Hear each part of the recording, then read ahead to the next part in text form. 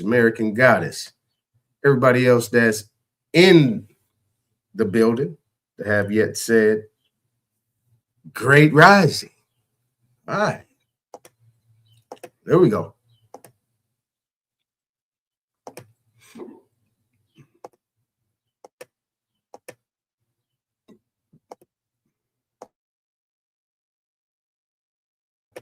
I'm going to do my best not to interrupt these things. I might jump in depending, but you never know. But I'm going to try to get through this real quick so we can move fast. All right, move fast and swift, but, be on point and be sharp, all right? Here we go.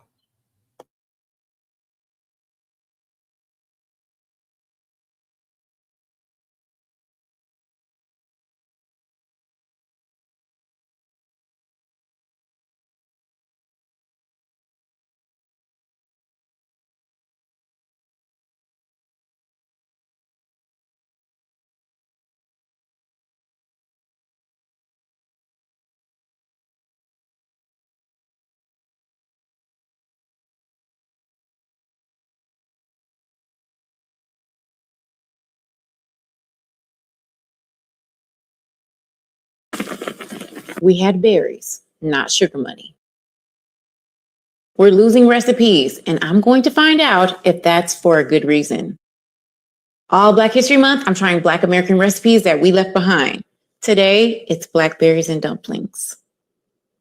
Tart berries balanced with soft dough. Blackberries and dumplings are a sweet summertime treat born out of the enslavement era and carried through post-emancipation. Black families relied heavily on foraging, and blackberries were abundant in the South. They grew everywhere, along fence lines, woods, and roadsides, places Black people could access, freely available. Black women often cooked intuitively. Berries simmered down with sugar, just enough. Children would pick berries as a part of daily life. With stained fingers, they'd run them back to the kitchen, turning labor into nourishment. A sweet summertime treat that came directly from the land. Add enough flour until it feels right. Dumplings were about stretching food with minimal pantry ingredients. Flour added bulk, and the dumplings absorbed the berry juices. The recipe was passed down orally and rarely written in cookbooks, considered too simple to document. One pot cooking could feed many for very little. A pot of fruit became a communal, filling meal. Drop the dough. Don't stir, let it thicken on its own. We still see cobblers, but blackberries and dumplings rarely appear at the table. I'm so excited to see this. Wow. I'm gonna flip these so the other side can absorb some of that syrup. Ooh, that is so pretty. Then we're gonna let them simmer for 5 more minutes. This is beautiful. Oh my gosh, this is so pretty. This color is beautiful. Wow, how exciting.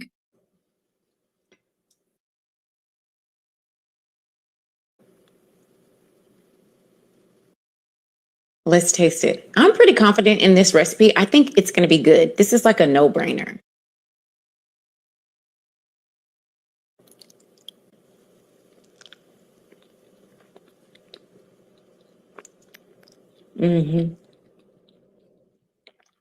This is good. You already know this is good. This was so obvious. It's so good. Wow. I could really taste the nutmeg that I added to the dumplings. Y'all sleeping on the blackberries and dumplings. Put that back in rotation.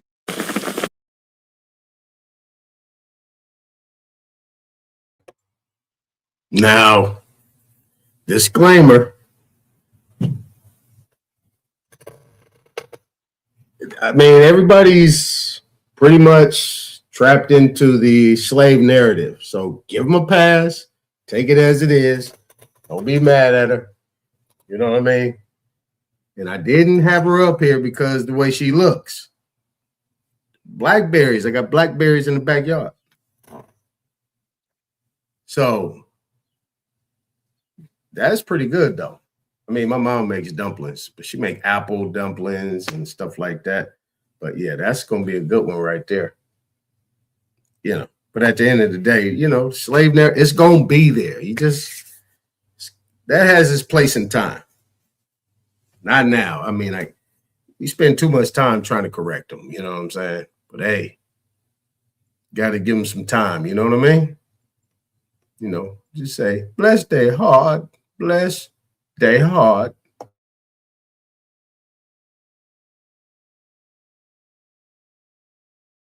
Was convicted and sent to jail for collecting and using rainwater on his own property, sued by the state for theft. Rancher Gary Harrington built 3 large reservoirs on his own land to collect rainwater and snow melt. He claimed the water was primarily for fire protection reserves and for providing water to wildlife. But the state called it theft and prosecuted Gary. A municipal code stipulates that all water within city limits, including... So this is a story that is going around that has people saying that somebody got arrested for harvesting rainwater. Wrong. He got arrested because he built a dam near his property off of a creek near his house and redirected the water onto his property. So I'm going to need people to stop spreading these rumors and scaring people from harvesting rainwater when it's completely legal in all 50 states. However, there are certain rules and regulations on how much rainwater that you can harvest. So make sure that you check before harvesting. As long as it's on your property, coming off of your roofs and into your rainwater barrel, you are completely fine. So happy harvesting.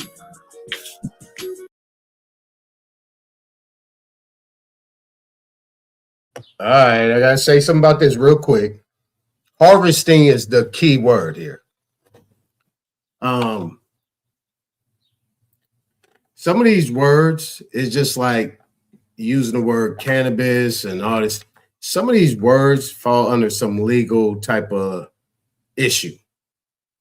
You know what I mean? Where they can get jurisdiction. Just got to be careful about the words that are being utilized. So if they did say, you know, you are harvesting water, can you give me that definition of harvesting water? I mean, water's everywhere. I mean, I think my body is like 80% water. So am I harvesting water? I don't know. But the water's coming out the ground. The water's coming out the sky. It's water everywhere. How am I harvesting it? This thing is falling. Okay, so let's say if I got a bucket, I left the bucket, I didn't know it was raining, and it's in the backyard or in the front yard, and it fills up the whole bucket. Am I harvesting it? Or was it an accident? I didn't know it was going to be raining. And then I take that water and I use it. Am I harvesting it? I mean, what is the definition of harvesting? See what I'm saying? Yeah, ass backwards these people are. I mean, it's really insane, some of the stuff they do and some of the stuff they say and what they actually put on paper and actually expect people to follow it. Better yet, hope they follow it.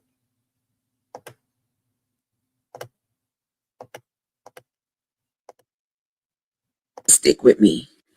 Now at the bottom, we're going to start at number 1 where it says ear.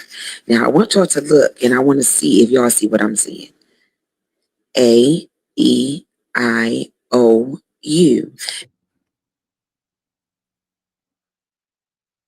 Now remember, I decoded a while ago. Okay, make sure my thing on. Oh, this was actually on my old page where let me reboot this. This is like one of these crazy things, you know. Give my little conspiracy theory thing. But here's the A-E-I-O-U though. Let me blow it up a little bit. A-E-I-O-U. Over here it says ear, eye, nose, tongue, hand. Now, never mind. I said I wasn't going to go. I was going to leave them alone. Just give you that. Boom. With me. Now at the bottom, we're going to start at number 1 where it says ear. Now I want y'all to look and I want to see if y'all see what I'm seeing. A-E-I-O-U.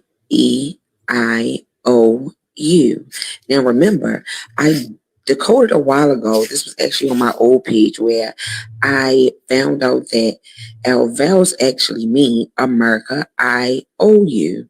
And when we say them with all of our senses, which is ears, eyes, nose, tongue, and touch or hand, you then activate it when you say it. And we are using all of those when we say our vowels in that order. And then not only that, if you look right underneath of hand, you see earth, which is the lamb. We're going to come back. Now, she said that's the lamb, but that's llama. You see these connections to the ancient Hebrew, right? So you say the right? So in Hebrew, real quick, you got aleph, or you got you got ba, you got da, you got ga, you got all these different things, right? It's falling in line, but if you actually look at it, you're talking about Libyan and American. You have these connections here, right? And then you go all the way over to the right. What is this thing over to the right? What's all this over here? It kind of looks like Mayan. Kind of. I don't know. I'm not an expert. This is my conspiracy theory thing. I don't know too much about none of this stuff. But yeah, here you go. So I want y'all to stick with me. Now, I think that was it. Louisiana's Attorney General, which is the state's top lawyer and the chief law enforcement officer, has been indicted today. You may have only seen the headline. You may not even be from New Orleans or Louisiana, and you want to know what's going on. This story is about more than a letter that was sent. It is a build-up of so many events that happened before then: an election, a new controversial law, a man who was wrongfully in prison for nearly 3 decades, a fight between state and local government, and then the criminal charges that were brought up today. You know I took notes. You know I did. Let's talk about it. This story all starts with Calvin Duncan. If you have never heard of him, this man has a remarkable story.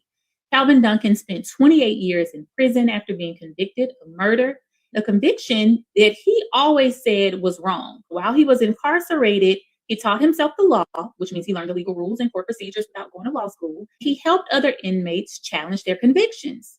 In 2011, he was released from prison. And in 2021, he was officially exonerated, which means that court formally cleared him because he was found to have been wrongfully convicted. In 2025, the voters of Orleans Parish elected him to become the clerk of criminal district court.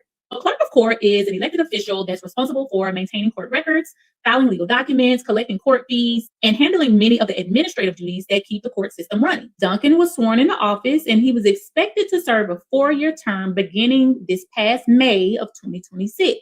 About that is there was also a law called Act 15, which in the Louisiana legislature is a group of elected lawmakers who write and pass state laws. They passed Act 15, and Governor Jeff Landry signed that bill into law on June 8th of 2025, and it went into effect of January 2026, which means that it got rid of Calvin's newly elected position. He was supposed to start in May. Act 15 consolidated or combined the criminal clerk's office and the civil clerk's office into one office. Reporters say that the change will make Orleans Parish operate like every other parish in Louisiana and eliminate duplicate government offices. Critics argued that they believe the law effectively eliminated the office voters had just elected Calvin Duncan into. And some believe that the law personally targeted him. Of course, Governor Landry has denied that allegation. Louisiana's Attorney General, which is the state's top lawyer and the chief law enforcement officer, has been indicted today. You may have only seen the headline. You may not even be from New Orleans or Louisiana, and you want to know what's going on. This story is about more than a letter that was sent. It is a build-up of so many events that happened before then: an election, a new controversial law, A man who was wrongfully in prison for nearly 3 decades, a fight between state and local government, and then the criminal charges that were brought up today. You know I took notes. You know I did. Let's talk about it. This story all starts with Calvin Duncan. If you have never heard of him, this man has a remarkable story. Calvin Duncan spent 28 years in prison after being convicted of murder, a conviction that he always said was wrong. While he was incarcerated, he taught himself the law, which means he learned the legal rules. Okay, this is Louisiana. This is interesting. There's a lot of different ones to this, but I only pulled up 2. I pulled up this one. I think this was their intro. And that's what I'm saying. While he was in there, it's interesting. While he was in there, he was helping people. Then when he came out, he actually won the election to be the clerk. I want you guys to really understand what this election of the clerk does. She's spelling it out. I do not have these women up here because they look good. I got them up here because they giving me information. I don't know why they just keep running these fine women at me. I don't want them. They're in a whole nother state. But here you go. And court procedures without going to law school. He helped other inmates challenge their convictions. In 2011, he was released from prison.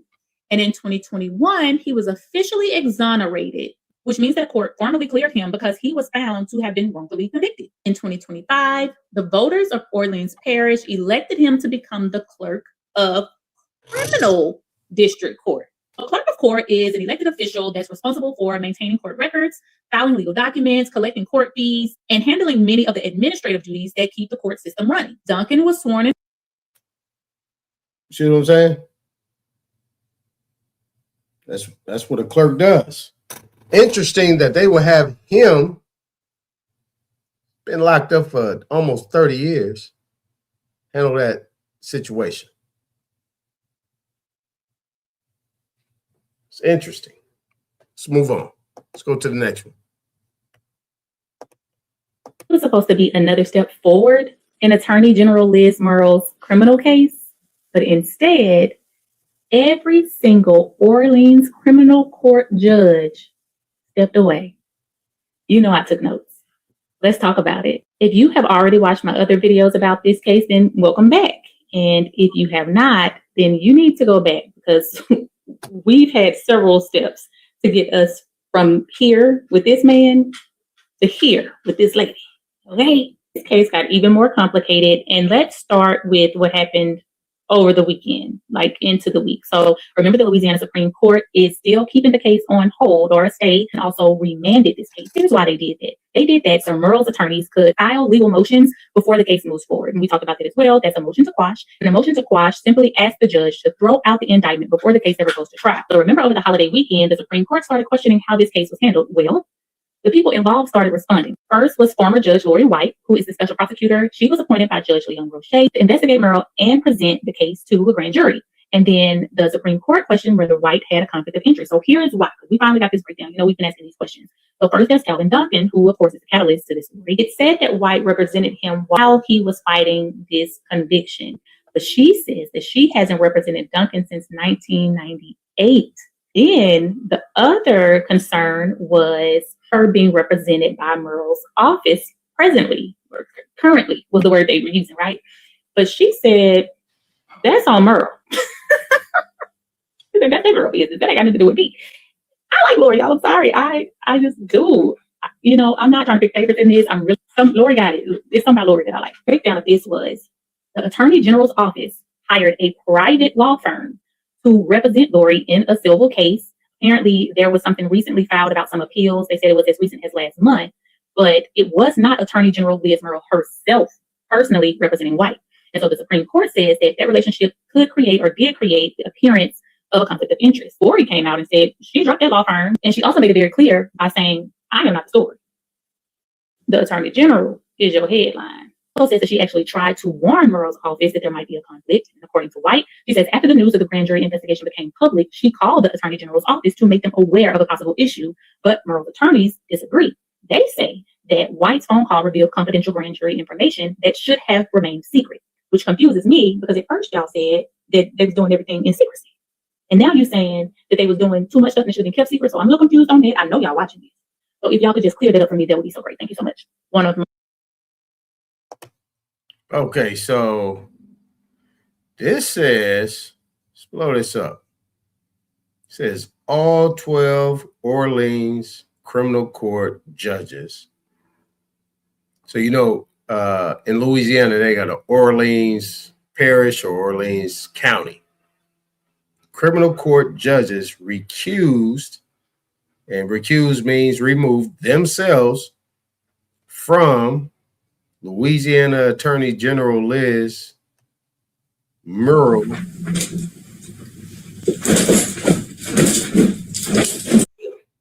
Boy, she was swinging that. What's that? Damn, look at this.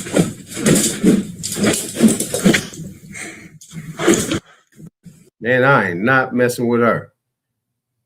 Okay, so it says that's crazy. It says they removed themselves from general, and now this is Attorney General, right? Liz Murrow's criminal case. You know why? You know why now? Because they don't want to go. Yeah.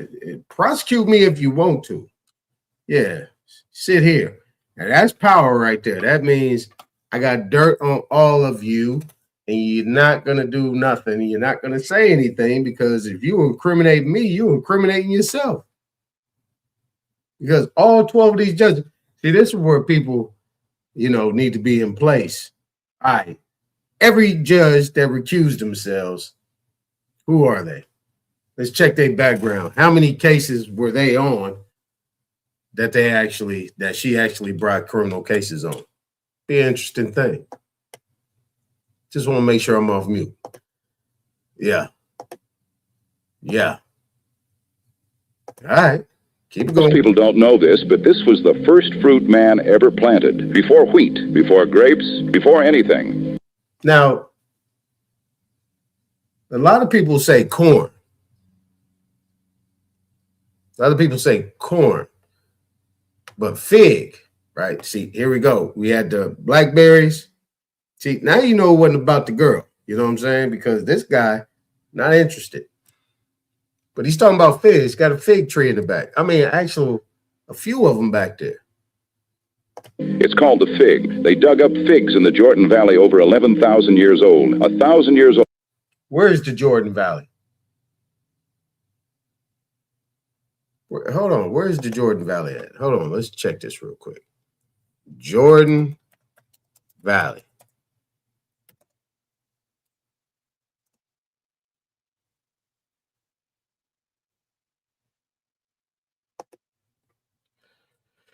And where is? Hey, come on, man. Jordan Valley and where is? It's Oregon. Okay, so you got Jordan Valley in Oregon. Then you got a Jordan Valley over here in what they call Palestine. Which came first? We're going to have a cool conversation. We're going to have a cool segment. We're going to have some segments on this. Yeah. So the Jordan Valley is what? Okay, the Jordan Valley forms Jordan Rift. Jordan Valley applies off. Jordan Valley often applies just to the lower course of the Jordan River from the spot where it exists. The Sea of Galilee in the north follows the Dead Sea. Okay, so they're talking about Palestine. Let's look at this. Travel. Now, look here. This is the Jordan Valley in Oregon. Kind of looks similar. Got these rocks, got these mountains. It says Gold Rush prospectors First came to Jordan Valley and Basque cattlemen followed to the remote and beautiful location. Let's check this out real quick. Still a thriving agricultural community, Jordan Valley was long visited by Native Americans. Long visited by Native Americans. We know who those people are, who fished, camped, and hunted along the wild and scenic Aton-Yah River. Interesting. Got some biblical connotations to that. Okay, so it says they have scenic canyons and rugged rock formations around the valley. Soak in a hot springs. Oh my goodness, they got hot springs. Cast a fly and watch for wildlife in this serene natural setting. Well, I think I need to go there. Now, if we look at the Jordan River, now we can go back here. And what does it say? It says lower course, Jordan River, Sea Basin, River, which is the Rift Valley segment, beyond the Dead Sea. Indian Valley in the common, measure as the crow flies. Let's see if we can find some type of springs. I don't know. I'm doing a wild search. Yeah, don't really say too much after that. Let's see about the geography of it.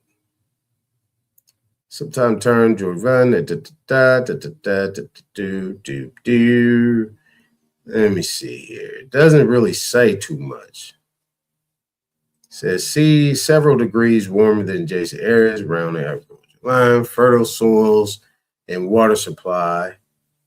Okay, is a key agricultural area.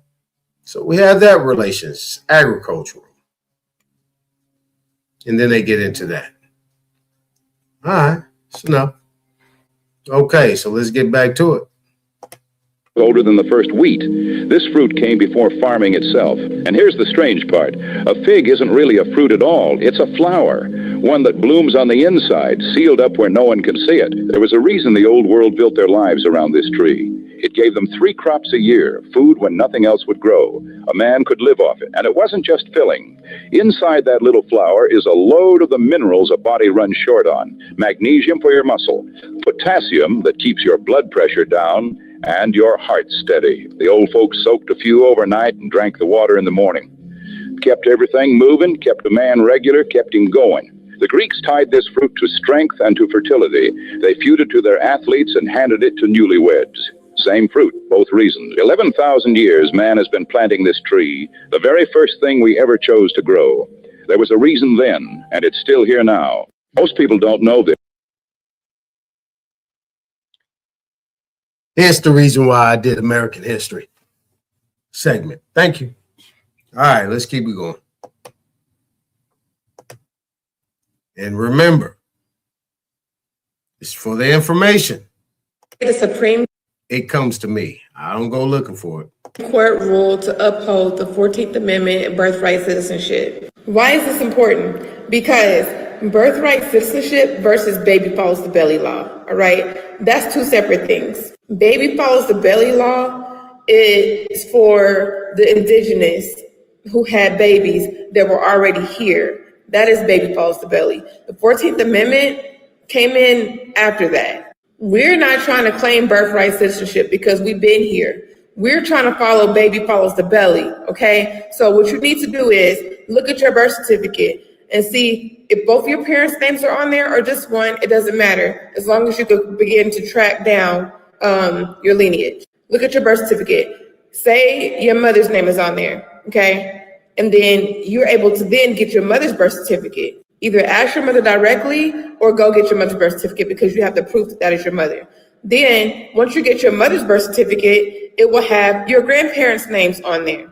And then once you see your grandparents' names on your mother's birth certificate, then you can either ask directly or you can apply for your grandparents' birth certificate. Now, here's where it gets tricky because when it gets down to the second great grandparents, that's when they begin to really mess up the birth certificates, the names, everything like that, because that's when it really began to be implemented into the United States system. Things got so corrupted at that point in time because not only were they corrupting the names and the birth certificates, but Jim Crow era forced a lot of people off of Indian territory to California. And that's where you lose track of your people. So if your people's name was misspelled on the birth certificate, but they fled to California or somewhere else because Jim Crow was so bad, then you might lose track. But you can get this corrected by searching for death certificate and draft records. That's why this is so important. Get your grandparents' birth certificates, and your grandparents' birth certificate is going to have your great-grandparents' names on there, which should be spelled correctly. If it's spelled correctly, you are in the game. And then if it's spelled incorrectly somewhere else, you can then go and get that corrected. You have to pay to get that corrected. You need the death and the birth certificate in order to take that to the BIA office in order to establish your lineage tied to the land. It's all about tying your blood to the land. Baby falls to belly equals blood to the land. Baby falls to belly equals blood to the land. Nothing to do with birthright citizenship. Let me say it one more time. Baby falls to belly equals blood to the land. Look at those birth certificates. Your birth certificate, your mom's birth certificate, then that's going to take you to your grandparents' birth certificate, and then that's going to take you to your great-grandparents' birth certificate, and then that's going to take you to your great-great-grandparents' birth certificate. That's where you start. Come back for my next video. Today, the Supreme... It's good information. Good information. Why this Jay-Z song made Jews mad. The controversy stems from the story of OJ, where he raps, "You ever wonder why Jewish people own all the property in America? This is how they did it," pointing to credit. The first record deals went to poor black farmers. They were called crop liens. The crop lien system was a predatory credit arrangement used in the post-Civil War South. It disproportionately devastated newly emancipated black farmers by trapping them in a cycle of generational debt. That is like a record deal, ain't it? Record deals often act like predatory high-stakes loans. Labels function more like banks than investors. They issue advances that must be paid back from your earnings before you see royalties. This structure can trap musicians in perpetual debt. Back to the story of OJ. The line, "Y'all out here still taking advances, huh?" The crop lien was a farm record deal advance. Crop liens were advances of credit to farmers with their future crops as collateral. Basically, both systems act as predatory financial traps designed to leverage unearned debt against a creator's future earnings. This makes sense because, number one, Jews run the music industry. Jews have played prominent pioneering roles as founders, executives, and managers in the U.S. music and record industry. Number two, Jews ran the crop lien industry as vital pillars. Following the Civil War, many Southern Jews shifted from peddling to opening permanent retail stores. They became vital economic pillars in rural communities by extending lines of credit to impoverished black sharecroppers, exchanging everyday goods for liens on future cotton harvests. And number three, it's in their religion they can do this to you. You may charge a foreigner interest, but you may not charge your brother interest. Whether it be record deals, crop liens, subprime loans, or that credit card you got, it's called usury. Usury is the interest that a lender charges a borrower at a rate above the lawful ceiling on such charges, a contract upon the loan of money with an illegally high interest rate as a condition of the loan. So let's compare that crop lien to a record deal. Labels dictate what music is released to maximize their profit. Similarly, local merchants demand farmers grow only cash crops like cotton or tobacco. Record labels recoup every single penny of the advance out of the artist's royalties before the artist sees a dime. In the crop lien system, merchants charge exuberant interest up to 60%. If the crop failed or prices drop, much like an album flopping, the farmer started the next year already in the red. Just as a label gives an artist an advance to pay for rent, food, and studio time, local merchants in the 19th century advanced poor farmers seeds, tools, and clothing on credit. So maybe Jay-Z was right when he said we're still taking advances from Jews. Is that why Kanye said slavery is a choice? And Kanye did make that song, New Slaves. New Slaves suggests that while historical slavery has been abolished, oppressive systems and modern societal traps have evolved. I'll start going live on Cake Family. Crumb TV Live, tap in. Now I know why this Jay-Z song. That was good. That was good. Man did his homework right there. New construction world, what I've been doing is, instead of me going to go get financing at the very beginning phase to buy the land, I'm buying the land outright myself. Therefore, I don't have a what? mortgage. So I buy the land outright and get the paperwork, which is called the soft cost. So all the paperwork, the fencing, the geotech report, the porta potty, all the permits and the plans. I go get all that already approved, ready to go. And then I take all my whole portfolio, my whole package, and I take that to a lender and say, hey, Marvin, I got this 4-unit building. I'm ready to build. It's going to be 4,000 square feet. We're going to have white brick on the outside. We're going to have stainless steel appliances throughout. LVP. I give you the whole dynamic. You say, yo, this wasn't going to be a bad building when it's done. I say, you know what? How about you finance it for me? You say, you know what? I'll give you 100% construction. Now, mind you, I'm still using the 65% rule because I'm using 65% of the ARV. So imagine 80K, 800K. 65% of 800K, which is the ARV, which is way higher than the rehab. You give me 500, 600,000 to build the building. But guess what? It's not going to cost me that. In the new construction world, what I've been doing is, instead of me going to go get financing at the very beginning phase to buy. We're going to listen to this again, so y'all catch it. Buying the land, I'm buying the land outright myself. Therefore, I don't have a mortgage. So I buy the land outright and get the paperwork, which is called the soft cost. So all the paperwork, the fencing, the geotech report, the porta potty, all the permits and the plans. I go get all that already approved, ready to go. And then I take all my whole portfolio, my whole package, and I take that to a lender and say, hey, Marvin. So he said a soft cost, right? So we call it something else. We also call it a subject to appraisal. Right? You have a subject to appraisal. That means you pretty much give them like a virtual look of what you put together. You got a blueprint on the hard, and then you got the virtual reality of what the actual place is going to look like when it's done. Like step by step. This guy's good.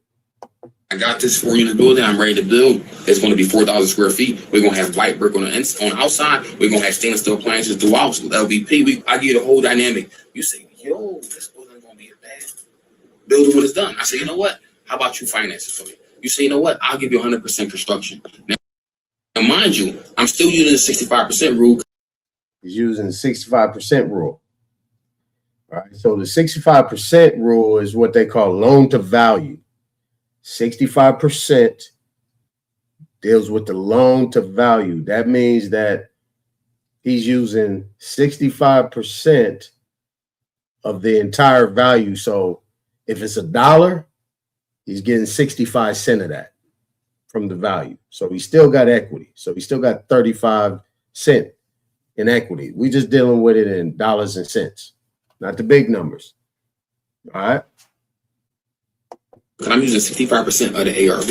So imagine 80K, 800K, 65% of 800K. So he said 65% of the ARV. So ARV means after repair value. ARV. Some say AIV. The I stands for improvement. So they say, what's your after improvement value? So don't get it confused when you hear that versus hearing after repair value. That's the popular thing is saying the ARV flows a little bit better than AIV. So that's what that means. Which is the ARV, which is way higher than the rehab. You giving me 500, 600,000 to build the building. All right, so whatever he got, he said $500,000-$600,000, right? So he said he can fund 100% of the project, right? So he's going off 65%. So on that 65 cent, he's going to take that amount, right? So that amount that he's taking, that's where he's talking about that 300,000, 400,000, 500,000, whatever it might be, 600,000, 800,000. We'll listen to it again. This is important. This is something you can actually put your hands on. You take that 65 cent, and you take that 65 cent, and then you're able to put that in there, and then what did he say? But guess what? It's not going to cost me that. It's not going to cost me that. He already know. It's not going to cost him that. So we'll let this flow, and then we'll get right to the ARV point, and then we'll pause it again. In the new construction world, what I've been doing is, instead of me going to go get financing at the very beginning phase to buy the land, I'm buying the land outright myself. Mm-hmm. Therefore, I don't have a what? Mortgage. Mm-hmm. So I buy the land outright and get the paperwork, which is called the soft cost. So all the paperwork, the fencing, the geotech report, the porta potty, all the permits and the plans, I go get all that already approved, ready to go. And then I take all my whole portfolio, my whole. So he's the soft cost, the other, that's why I said the other side of it is what you call it subject to appraisal. So that means he said he's going to get that paperwork. So either he's going to get it because it's already done. He's going to the Hall of Records and the county and all that, city or whatever, and getting all that paperwork, or he's paying for it. So that'd be a whole subject to appraisal that he's paying for it as well, because he's calling it a soft cost. Now, I never heard that part of it before, but other people call it like a subject to appraisal.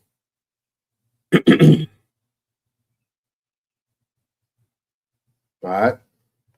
Whole package, and I take that to a lender and say, hey, Marvin, I got this 4-unit building. I'm ready to build. It's going to be 4,000 square feet. We're going to have white brick on the outside. We're going to have stainless steel appliances throughout with LVP. I give you the whole dynamic. You say, yo, this building going to be a bad building when it's done. I say, you know what? How about you finance it for me? You say, you know what? I'll give you 100% construction. Now, mind you, I'm still using the 65% rule because I'm using 65% of the ARV. Mm-hmm. So, okay, so whatever he got it at.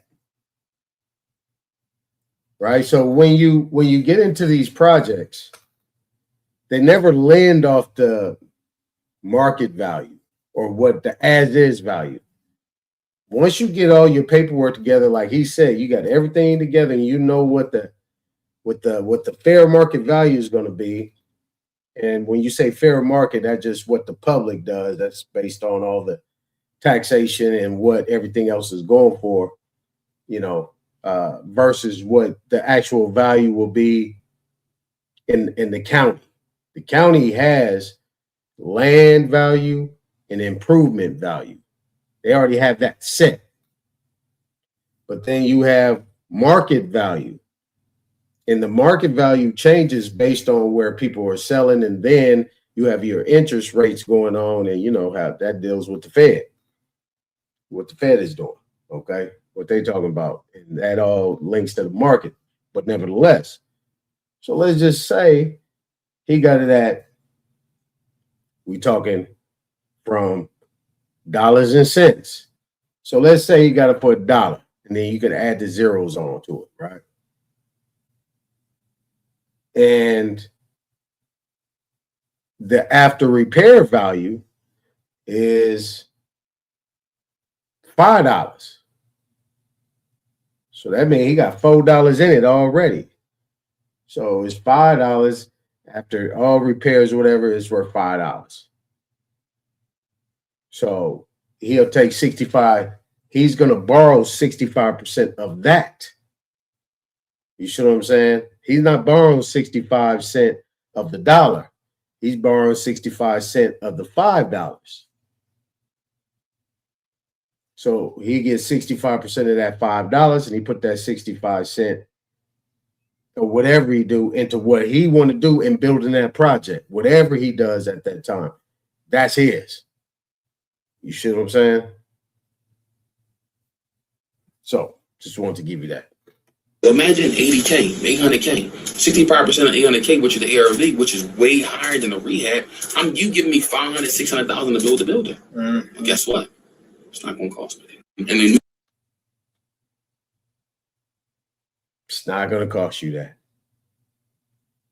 But it is, at the end of the day, it's going to come down to how you manage that money. You know what I'm saying? What are you going to do? What are you going to do with it?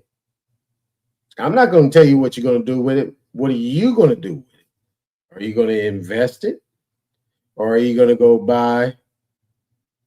Are you going to be an investor, or are you going to be a consumer? Which one are you doing? But anyway, good stuff. Let's close that out. I'll keep that there just in case. This, let me warn you guys, this is a little bit of a trigger. But let's get this out. Pretend and masquerade to be. And that's what we're sick of. No, I don't. Yes. I don't pretend to masquerade. In fact, shit. Black Americans receive 25% of the welfare. That 1/3 of them go to prison. Isn't that reparations? They're getting stuff paid. How is prison reparations? Well, What the fuck let's did you see. just say? A prisoner on average is $80,000 a year to the taxpayer. Sounds like reparations to me. 3 years, that's over $250K. So locking up black people is a form of reparations. You really gonna say that shit on a national platform with 12 million? No, what I'm saying is 1 in 3. Yo, he just said that on a national platform. He said that reparations are sending black people to jail. There you go. Yeah, that's. But I put that up there because people are actually having this type of conversation. This is crazy. This is crazy. But let's get back to the investment. So your girl has officially got her first check as a lender. I am now a bank, y'all.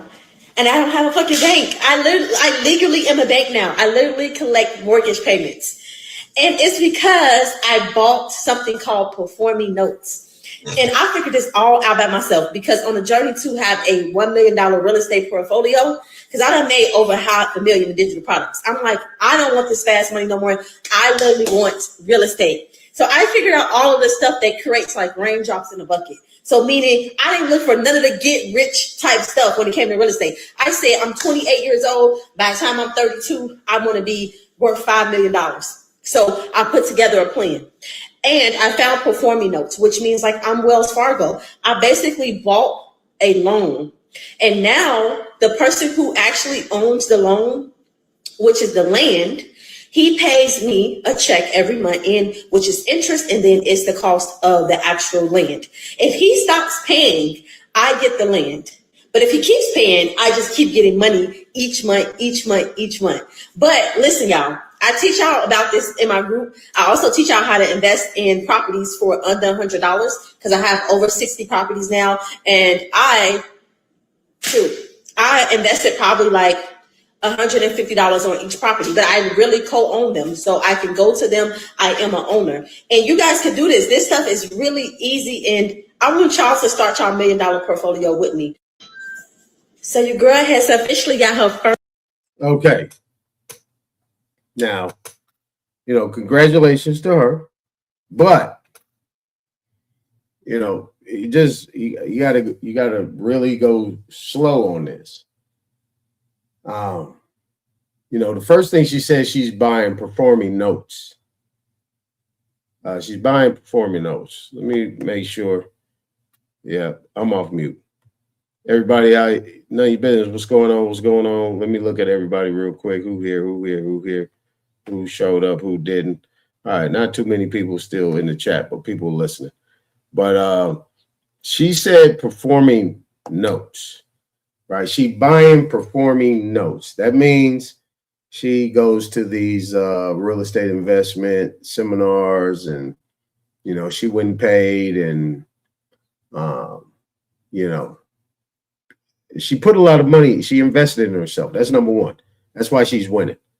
You know what I'm saying? She invested in herself, number one. And number two, she is, convicted about what she's doing. And she took it serious. She just didn't spend money and just, blasé that, she's actually making it happen. So, yeah, congratulations. But the caveat here is that, performing notes, you buy these notes at these seminars they have usually in various locations. You purchase them and you purchase them at a discount. It's just like debt buying. You know what I'm saying? Remember I mentioned about debt buyers?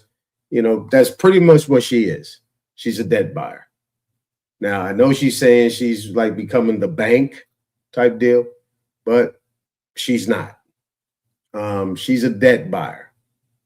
And these people that are selling these notes, they say they quote them as performing notes, but they're performing because somebody is still paying. Remember the examples that I gave you about, back in 2008 when they were selling doing all these HELOCs and these predatory loans. And you remember the other one that I showed you prior, where we talked about these loans that have an interest rate above the scale. Those are predatory loans, and they violate certain laws, consumer laws, more importantly. Now, I ain't knocking her at all. What I am saying is this, is that those performing loans, you're not, her being excited. Of course, she's young. You can tell she's young. I don't even think she hit 35 yet. You know what I'm saying? I'm just going to say that just because she looked young, but you know what they say, we just different breed. You can't tell how old we are. You know what I mean? But nevertheless, when they say they're performing, that means that it is still circulating. At best, she's become a new servicer of those accounts. And hopefully, she has some type of corporation, some type of corporation, LLC, trust set up, some form of, real estate investment type trust or anything like that she's actually collecting from. You know what I'm saying? But she's not the bank. She is a debt buyer. But you see what I'm saying? If these are performing notes and everything is above board, why are these people selling them? And what do you mean by performing? But she's not going in there asking them questions. She's not asking. She's not saying, well, what you mean by performing? When she was in her workshops, learning about real estate investment and all this stuff, I'm pretty sure she never asked the question, what do you mean by performing? Notes. What is the breakdown on these things? Never thought about asking that. But just know I pretty much have shared with the men and women here, anybody else that might be listening later, that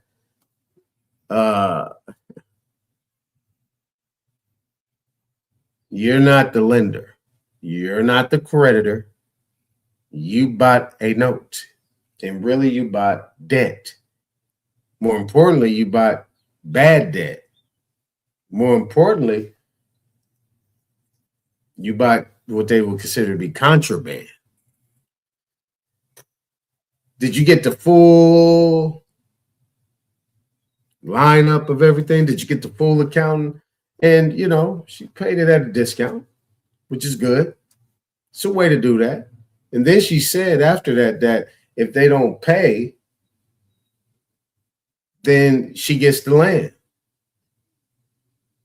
But what she doesn't understand that your name is not on any contract. Did you offer them opportunity to modify the loan?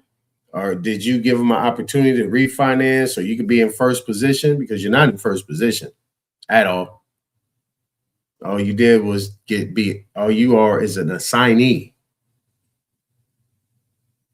That's why in these real estate investment courses, they always say, your gem is and/or assignees. If you do any contract and investment, real estate, make sure you say and/or assignees behind your name. And that name better not be your name. It better be some type of LLC, and that's what they always say. But the rules have changed. And I'm telling you, they dishing out these so-called quote unquote performing notes like cards. 52 of them. But, shout out to the sister, man. She doing well. You know, hopefully she got an exit strategy. That's what they always say. Exit strategy.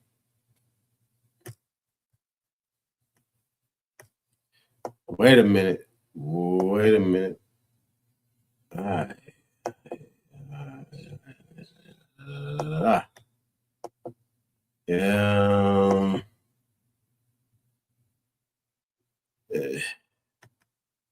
Let's come over here. Now, remember the situation in Louisiana that I showed, all right, when you're listening to this. Pay very close attention to what I'm going to show you.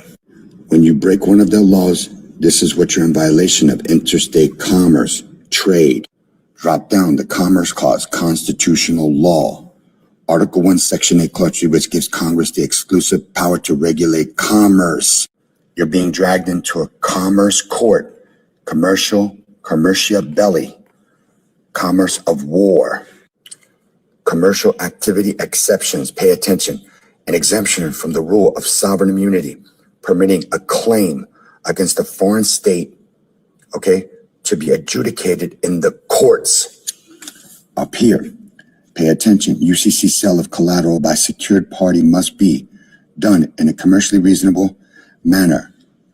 Of the obligor's liability for any deficiency may be reduced or eliminated. UCC section sign 9-610B, 9-626A3. Pay attention. Pay very close attention to what I'm going to show you.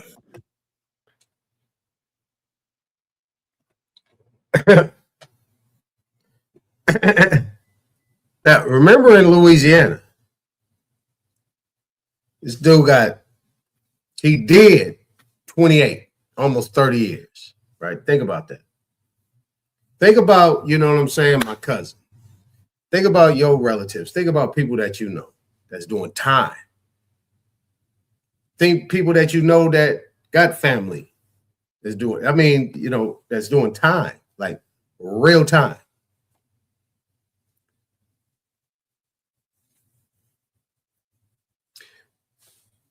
Connect the dots for me. Let me see if you guys can connect the dots for me. Based on everything that I shared over the last week and a half, just on American history, and then I brought it home this week, right? Monday, Tuesday, Wednesday, we talked about all the different aspects of things in regards to the Americans and the United States citizens, the American indigenous nations in the United States of America, right? How do they function? How do they function? So remember, you got Article 1, Article 2, Article 3, and then there was a lot of things that I showed in the videos that actually were showing that Congress is doing a lot of this stuff, when really it's supposed to be a balance of powers. That's why you have Article 2 and Article 3 now, because Congress was bankrupt in the United States. That's why they had to keep reorganizing. Who is creating legislation that's bringing foreigners in here? Congress. Who is creating legislation to redistrict? Congress. It ain't Article 2 and Article 3. It's Article 1. Article 1 is doing all this. Legislation is doing this. Right? But Congress is supposed to be the trustee. I'm going to show you that. But let's keep going. Country, why does a now this guy's going to talk about fee simple. Look, I think they made this video specifically for me, because I'm the only one that's been talking about fee simple. foreign king own all our land, including your home if you Let's reboot it. country? Why does a foreign king own all our land, including your home if you've paid the mortgage off? Can I say that again? You've bought a house, you've struggled over the years, sacrificed to pay the mortgage off. Do you own your land? No. Who owns your land? The king. The king owns your land. What? But I get to buy it and sell it. So get a copy of your title. What it's going to say is, assuming you're not on Aboriginal property and have a lease. Check. Just shows you Aboriginal title. Check. All right. No, it gets better. It's going to say that you have a fee simple. Uh-oh. Fee simple. I just been talking about this. It doesn't say you own the land. So it doesn't? What a fee is it's a grant. From who? It's a grant permitting you to use the land subject to the words that follow. A grant from the king, by the way. I think I showed you guys a preliminary title report, Schedule A. I didn't see the king in there nowhere. Allowing you to use the king's land subject. What king? To what follows, and simple just means without restriction. Now, I can agree with him on that one. Simple, yeah, that's without restriction. Cool. So without restriction means no encumbrances. Isn't that what restrictions mean? Unless, there should be with no restrictions unless. Let's see if there's an unless in there. So you have, the king has granted. Nope, no unless. Granted you the right to use your land without restriction. Would you think for a moment the king can't take that right away? What king, bruh? This guy is crazy. Hey, bro. Hold on, let me call you bro. Yeah, that's how they talk. Bro. We say, bruh. You might want to talk to, 2 million people in the Lower Mainland in Vancouver. We're not in Vancouver. Vancouver, Washington, or Vancouver, Canada? And see how realistic that is. Nadine, if we're a sovereign country. See, this guy must be in Canada. Because if you're talking about the king, you're talking about Canada. But last time I checked, I don't know if this is true or not. Could be a conspiracy. But all these parliaments on the western side of this Atlantic are gone. Everything that you're seeing right now is in name only, as it always been. And it's been done by and accepted by acquiescence or silence or by the people that they brought over here to be what? Enslaved or indentured as citizens under that rule. Remember, there's some indigenous people around here. Okay. Why does a foreign king own all our land, including your home if you've paid the mortgage off? So who is he talking to? Who is he talking to? See, this is where I'm getting you guys to say, don't jump in there. Stay out of that. Stay out of that fight right there. He's talking about a whole different set of people. Now, when we come in now, we talking about post 1950s and 1960s after the Voters' Rights Act and, after 1964, 65, after that. And then you had the 1968 Indian Civil Rights Act. And we're going to get into that too as well. But you have this whole situation. Who is he talking to? He's talking to his people. Them people that look like him, and that's it. He ain't talking to us. We choose to come in and come out. It's just that we don't get full disclosure. This is what I'm saying. We don't get full disclosure on where we are supposed to submit these documents. These instruments are not supposed to go into the county, based on my opinion. How I look at things. It's not supposed to go in the county. If you're going to send it anywhere, you send it to the interior. The interior deals with the Indians. We do deal with them. We have a treaty. So don't deal with the interior and the Bureau of Indian Affairs. You're a native and you're subjecting yourself. No, They have a fiduciary duty. Or don't record them at all. Why would you record something somewhere that's going to give somebody power or some encumbrance to tax you? Doesn't make no sense to me. It doesn't make sense to you? I don't know. By the way, I'm not camming up today. I don't feel like it. So, under the circumstances, just want you guys to get that right. This is him talking for him. That is the whole situation with the United States and including Canada. Remember, Canada is right above North America, what they consider to be North America. Canada is America. It is attached. You can walk across that place. It is just called Canada.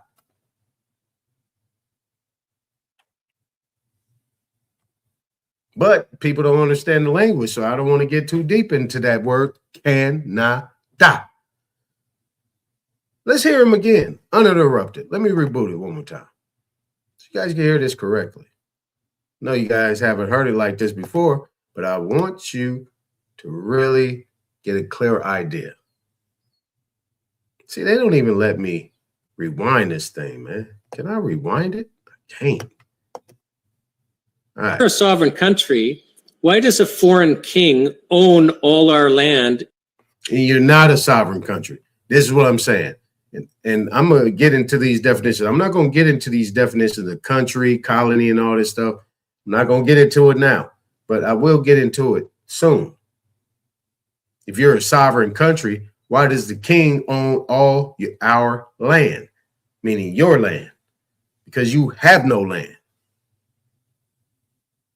You remember I showed you Aboriginal title yesterday, and it said the Native Americans. The difference between Aboriginal title and fee simple is dealing with the Native Americans. And that includes him. People think it just includes certain people and all that stuff. And then, you know, these TP guys, nah, includes him too. And anybody else that came here after a certain period of time. You are a native. Watch the Kings of New York. No, not the Kings of New York. The Gangs of New York.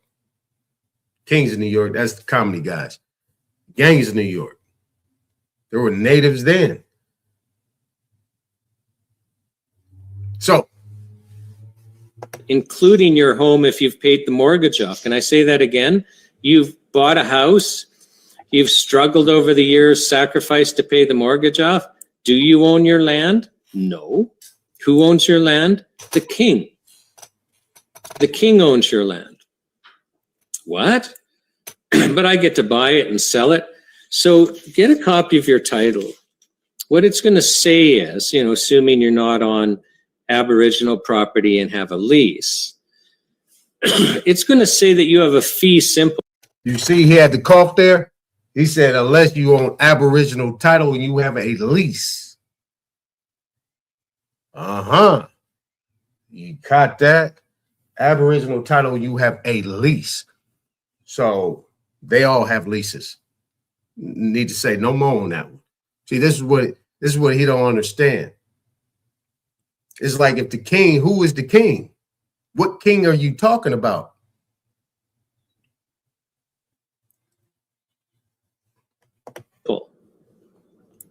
It doesn't say you own the land. So what a fee is it's a grant. It's a grant permitting you to use the land subject to the words that follow. A grant. So remember when I talked about a grant, right? So if a fee is a grant, who is the grant coming from? Remember what I showed about donor, what I showed about Aboriginal title, what I actually, we're going to go in Black's Law and we're going to go into Indians, and we looked into Indian land, all these different definitions. We're going to go over it again. Who's doing the granting? A lot of people might not look at it from this perspective. Let me say it like this. But their contract might be different than ours in regards to how it's really is structured. So even within the black type of connotation, there's a connection. All right. From the king, by the way, allowing you to use the king's land subject to what follows, and simple just means without restriction. So the king has granted you the right to use your land without restriction. Would you think for a moment the king can't take that right away? You might want to talk to, 2 million people in the Lower Mainland in Vancouver and see how realistic that is. Yeah, that's Canada. I'm gonna leave that up there. Let's talk about the King's English. Gonna lead right up into the King's English. Are y'all finally ready for it? Here we go. We ready? King's English in language of America, not a common tongue. For those who know me, y'all already know that I tell y'all we don't speak AAVE. We speak AIVE. Now, the picture, the icon that I have up there for these last two that I just did today and yesterday. Remember, I showed yesterday that King Kanaka, Chief King Kanaka, Kanenikas, whatever his name is, wrote a conveyance or a grant deed to Roger Williams back in 1636 in English. More importantly, it was cursive. 1636 in cursive. Look, this stuff just comes to me. Actually, I got this from None Your Business. You're looking out, None Your Business. You with me. See what I'm saying? None Your Business, she with me. She step for step. Or American Indian English. Come on. Let me hold you. All right, here we go.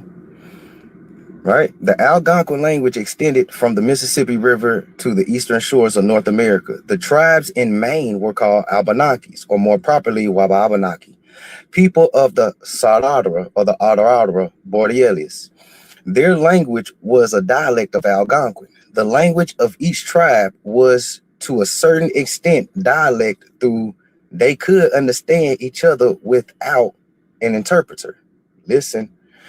An unwritten language is always changeable, and words in use among the Indians 200 years ago are scarcely recognized by their descendants of today. So that the language of the Pinocots at the present time is only a dialect of ancient Abenaki. Keep up, flipping the page. All right. These causes will produce in the course of time a language in North America as different from the future language of England as the modern Dutch, Danish, and Swedish are from the German or from one another. We need to get the silly notion out of our minds once and for all, quote, the King's English, right, is the proper language of America. Why have we been taught such nonsense in our schools? All right. You were not taught so in school, but it is a fact that your native tongue is not the King's English. You're not speaking the King's English or England. This is what we've been telling people, right? Nor do we and the English people share a common tongue. The two stems of English have developed independently for more than 300 years. The language of America grew out of Elizabeth English brought to these shores by the colonists. When Shakespeare was writing his plays and eking out a merger, living as a rather poor actor, the settlers in America had already made a notable start in fashioning a new and rich language of their own. So this indeed was the birth of the newest and oddest language in the world have ever known. It was new because of sheer necessity. It was odd because its newness and subsequent growth had no kinship whatsoever with the so-called mother tongue. Now, we already know that the Phoenicians created the beginning of the alphabet. We know that to be true. So when they came over here to talk, we was already talking that. Now, I get this, brother. This is why I wanted to bring him up here to show his video, because it's strong. It is strong. And he is sharing the fact that we talking about 300 years prior, right? So we talking about 300 years prior. So the language was already being spoken. Right on top of that, we talk about the Abenaki or the Wabanaki. Benjamin Banneker, right, is their pronunciation of Banneker, which was Ben-Aki. Banaki. He was one of the Wabanaki people. So he was Benjamin Banaki. So we know where these people stem from, and they was all the way up in Canada, all the way through Maryland and all these different places. Washington, D.C., or whatever you want to call it. And he is the one that actually drafted blueprint, right? Compass and squared the 10 square mile radius, what they say. This is what they say. The white people, that's another one that we can actually have no doubt, right? We have no doubt that was a brother. They said he was a brother. And at the same time, there has been talks that Benjamin Franklin is actually Benjamin Banaki or Benjamin Banneker, because Benjamin Franklin's accolades they give him mirror Benjamin Banneker's. Almanacs, electricity, discovery, all that type of stuff, all the draft, everything that he did, and possibly where Benaki was from, those some areas where that post office was going on. That's why they made him the postmaster. Now, so I just wanted to get that clarity. You know, we don't need to go too much. I don't want to go too much deeper in it, but we at least know right here in these articles that he's providing that this language, this what they call English, it's American English. You can actually go on Wikipedia and you will find American English, Indian English, American Indian English. You'll find all that stuff up in there. That English was here, right? You can also look at the first Webster Dictionary. You can look at the 1828 in the front, that the initial Webster Dictionary is a compilation of Indian languages, right? So, very good. Let's hear him out. Right? Such Indian-inspired words as these were taken to be New English words, despite the fact that they were not English in any sense. They were and still are American words, such as moose, possum, raccoon, skunk, caribou, chipmunk, cayuse, terrapin, right? Woodchuck from the Cree, hickory, okra. Okra can't be, we ain't about to get there, right? Okra is an American word. Just keep going though.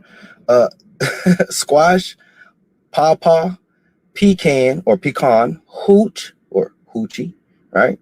Squaw, papoose, tomahawk, moccasin, wigwam, totem, teepee, hammock, toboggan, micknaw, hominy, powwow, caucus mountains, huh? Tammany, and prone.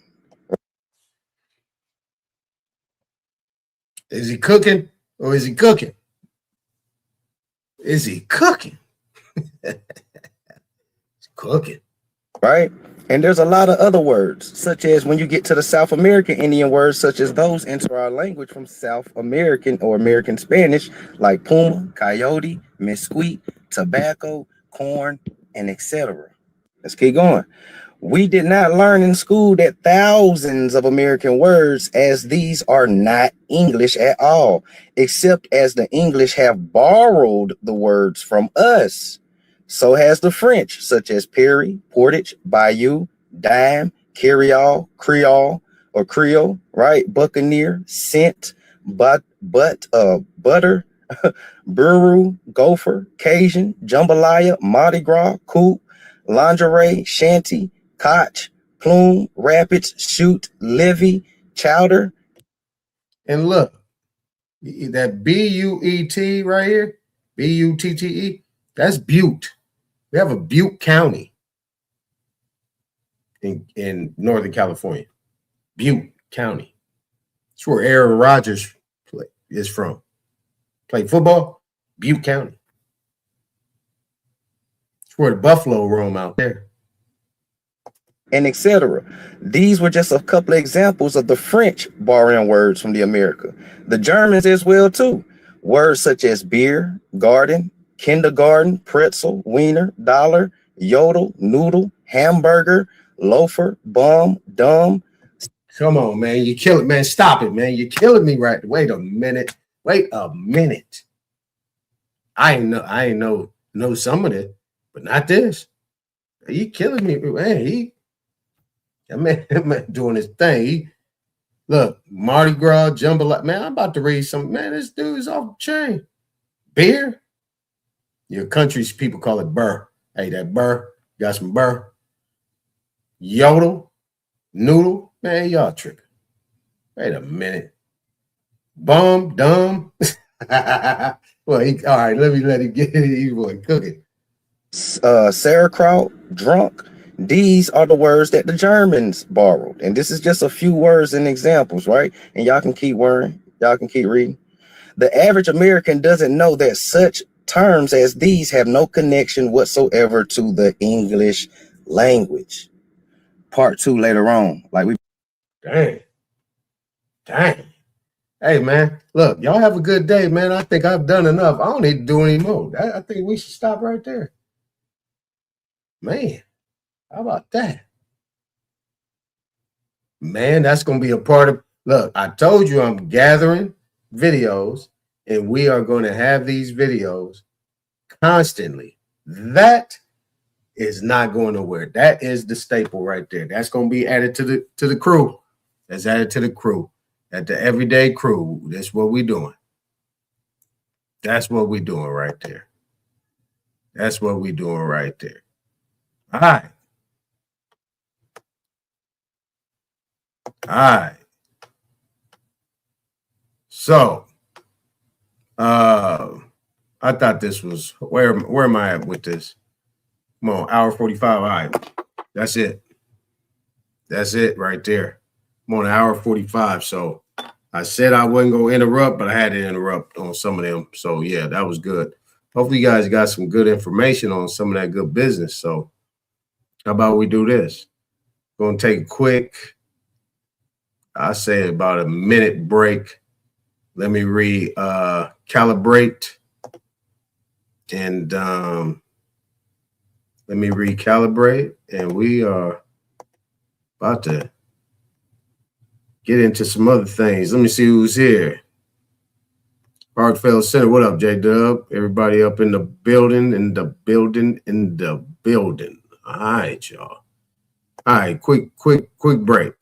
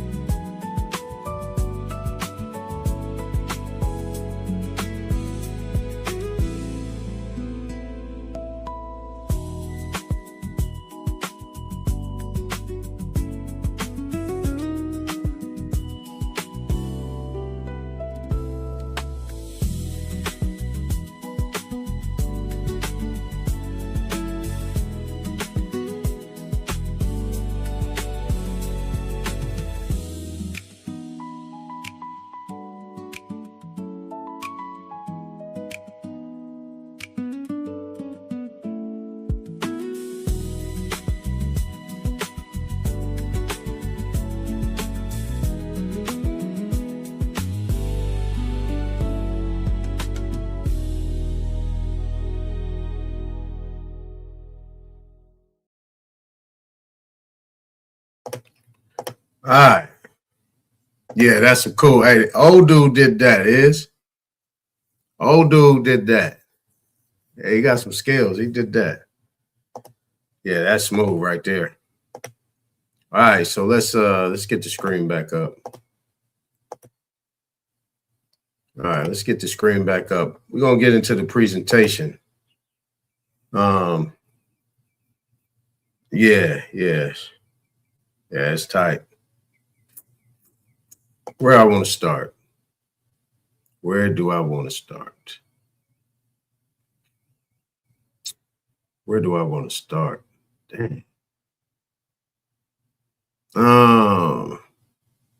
Let's start here.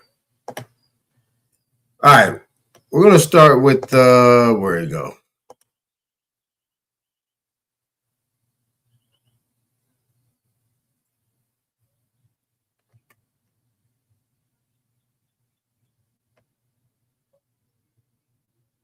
All right, so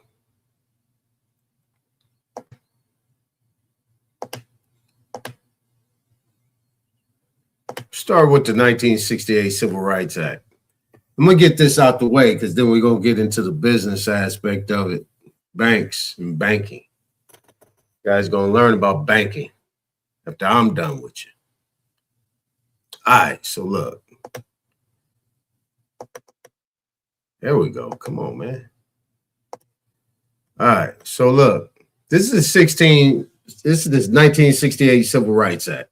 I know a lot of people say, yeah, I've heard this before, and yeah, I know, and well, let me give you my perspective on it. All right. So it's Civil Rights Act 1968, right? April 11, 1968, Lyndon B. Johnson. This actually came after King assassination riots. Titles 2 through 7 comprise the Indian Civil Rights Act, which applies to the Native American tribes. We sidestepped that, right? Of the United States, it makes many, but not all of the guarantees of the U.S. Bill of Rights applicable within the tribes. Titles 8 and 9 are commonly known as the Fair Housing Act, which was meant as a follow-up to the Civil Rights Act of 1964. This is different legislation than the Housing and Urban Development Act of 1968. So that's 100 years. No, my bad. But yeah. 1968, 1868. That was the first Civil Rights Act, something like that, right? Yeah, it's 100 years later, which expanded housing funding programs. While the Civil Rights Act of 1866, there we go, prohibited discrimination in housing, there were no federal enforcement provisions. The 1968 Act expanded on previous acts and prohibited discrimination concerning the sale, rental, and financing of housing based on race, religion, so on and so forth. So if we see this right here,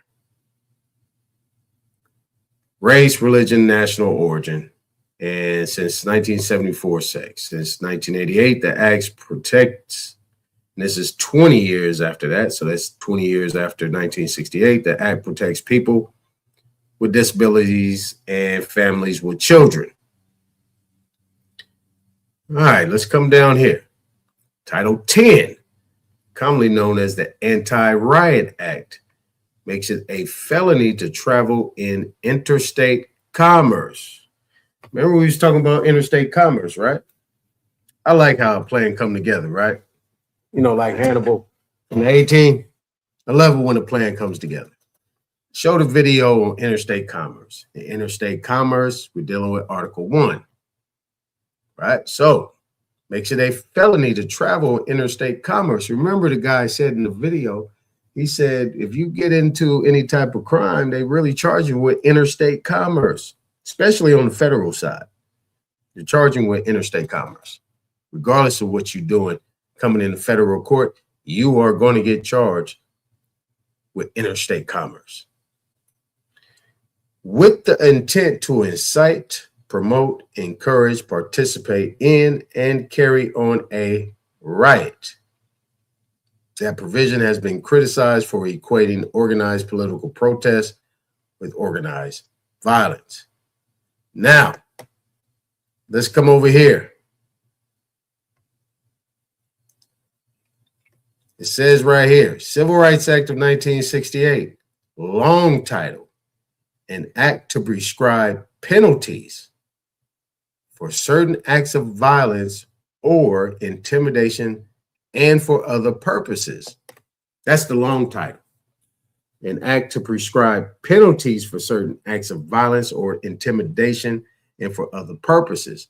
Now, if we remember back prior to 1968 in the 64, 65, 66 Civil Rights Acts, there was these militias that was being formed by these paleskins that had just been over here. And by this time, they've been over here probably around 30 years. And they were being deputized. And they were forming militias. This is where you get your origins of your police, your policy enforcers, right? Under Article 1. Now, this is me talking. Anybody is free to come up here and tell me I'm wrong. But you better show me. Now, once these things going on, you see the old videos of these people coming out with the water hoses and the German shepherds and things like that, and attacking and jumping on the men, and the brothers fighting, women fighting. You know what I'm saying? There's a lot of stuff going on.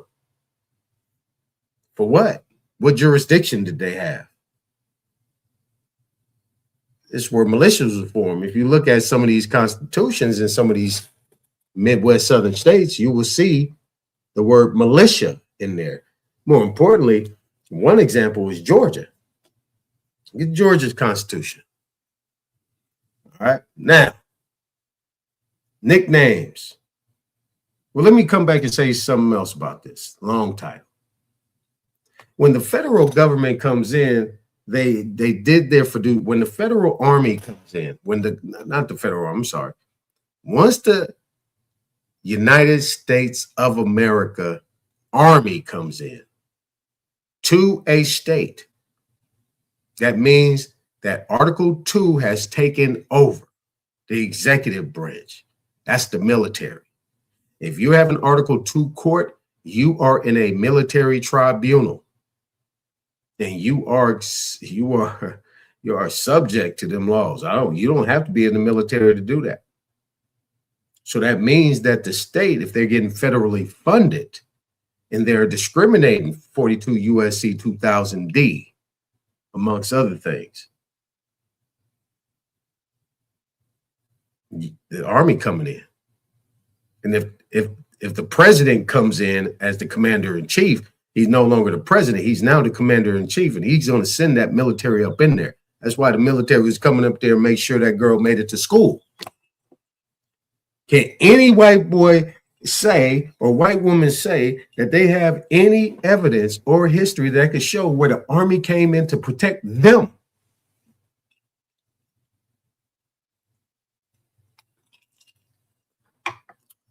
I'll wait. See, but people be like, oh, well, but you're not looking at the big picture. Why did the Army come? They had a duty. These are internationally protected people. We have a long-standing relationship with them. Without them, we wouldn't be here. So we have to come to their aid. You guys are out of control.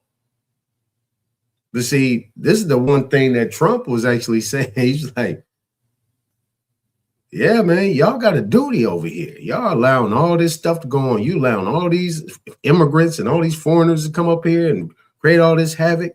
You got these people getting federal funds and stuff like that, taxpayer money.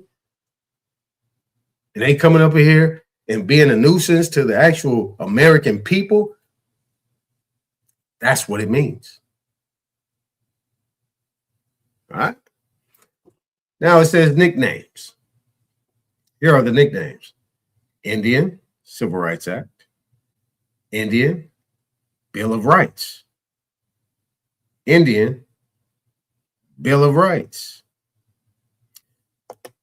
Fair Housing Act, Housing Rights Act, Open Housing Act, Anti-Riot Act, Federal Anti-Riot Act, Rap Brown Act. That's H. Rap Brown. You guys remember H. Rap Brown? Damn, I didn't know he had an act in this. Oh, yeah. Rap Brown Law. Ooh, I didn't know Rap Brown had a law. Civil Obedience Act. Stokely Carmichael Act. Now, people want to say this Indian Civil Rights Act, this thing had to do with black people. Well, shit, ain't nothing but black people up in here. H. Rap Brown, Stokely Carmichael, although he was a Caribbean, but still a brother. And at the same time, these things came after King was assassinated and the riots happened.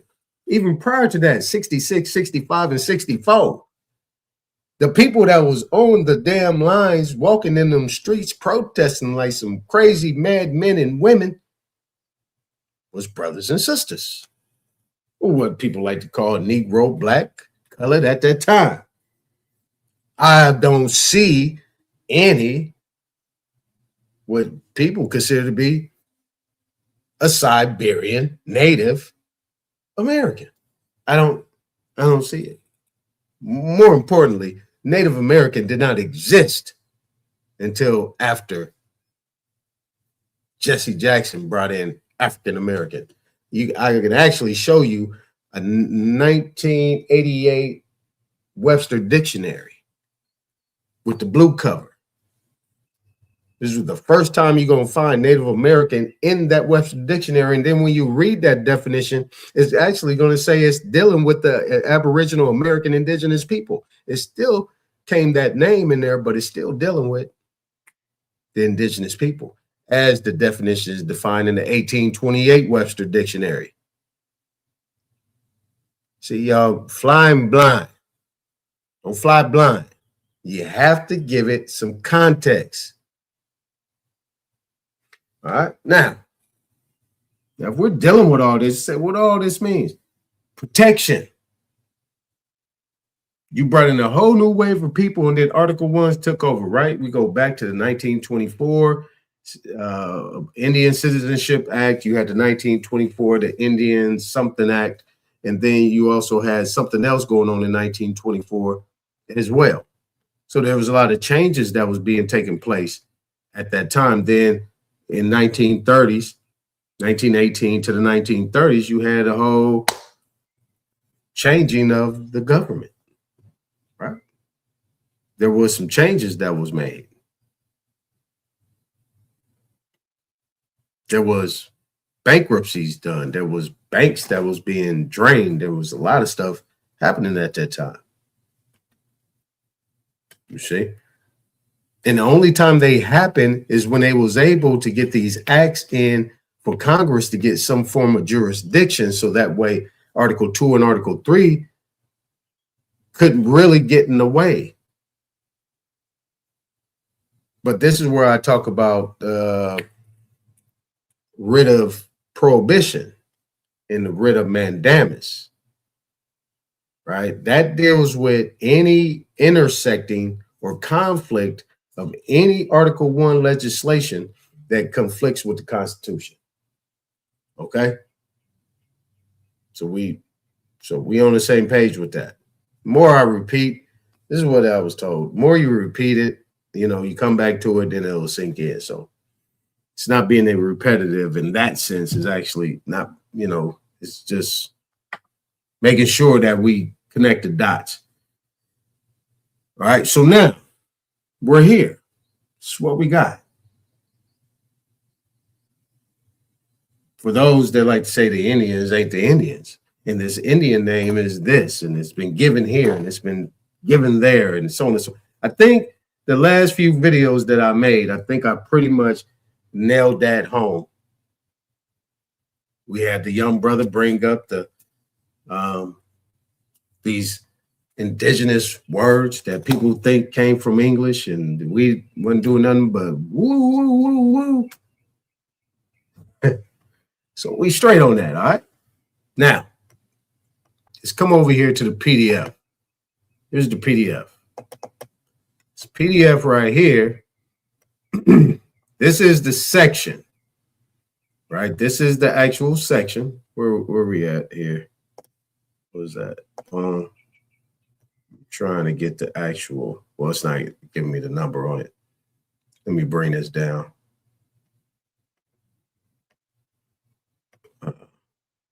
Oh, it's not allowing me.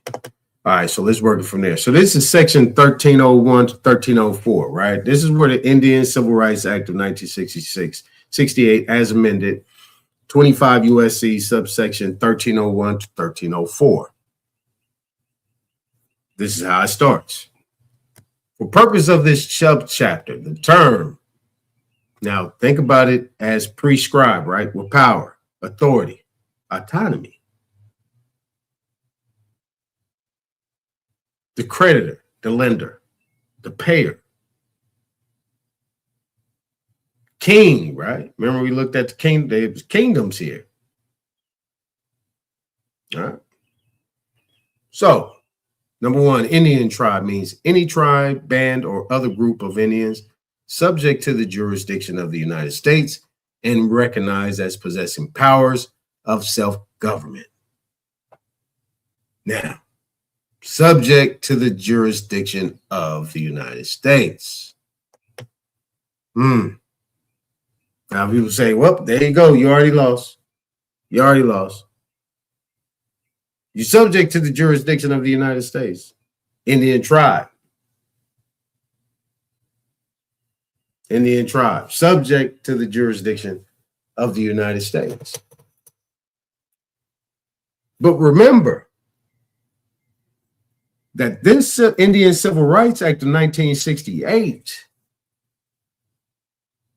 and all the things that was combined in there was from the fact of the Indian Citizenship Act, of all these plenary doctrines that was being brought in. All this stuff is civil in nature. All this stuff is civil in nature. This was actually being done within the context of what Congress wanted to do to get us in a subjective position. But really, this was nothing but a plenary act that they were doing. And they got the Supreme Court to sign off on it. And then sometimes you had a president that would overlook it and not veto it. But you don't think this is a breach of the trust? Of course it is.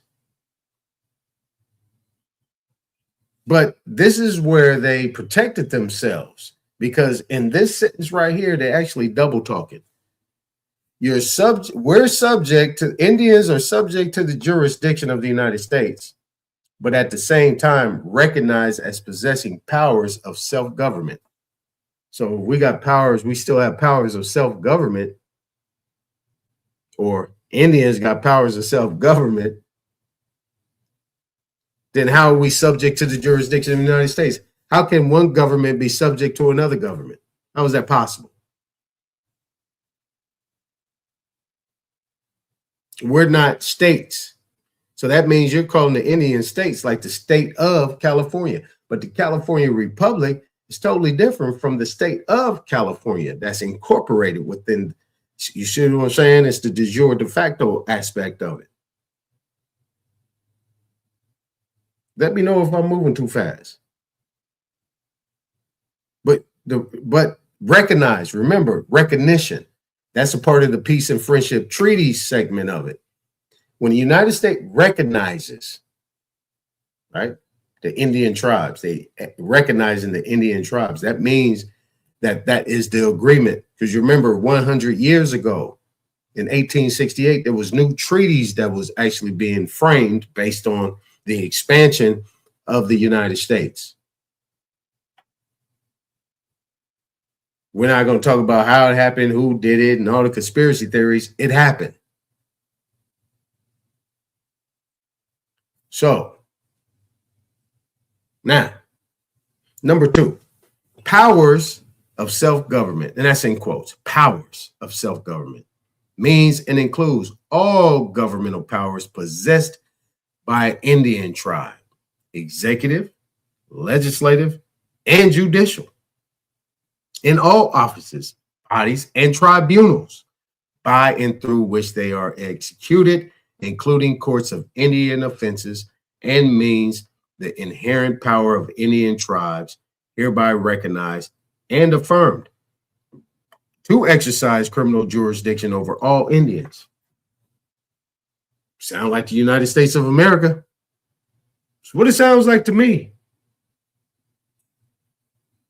Now, to give you an example, there is a documentary, and please somebody find it, called Bloodlines. This was talking about 110,000 so-called black, melanated, copper-colored Creek Indians that got blocked out of getting back into the Creek Confederacy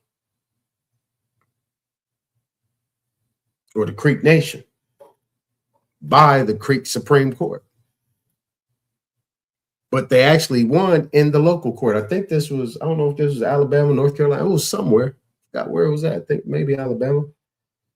But once they won, the Creek Nation came in and overrode them. The state court, where they won. And I think it was in the county or whatever. I don't think it was just state. It was just in the county local. They won. Supreme Court over here said, we don't recognize you guys. We got our own sovereignty over here. We got our own government and courts. What happened was after that, they went to the Supreme Court. They went to the United States Supreme Court. You know what the United States Supreme Court said? We have no jurisdiction to hear this. We can't hear it. The Creek Supreme Court is sovereign, so we can't hear it. Denied.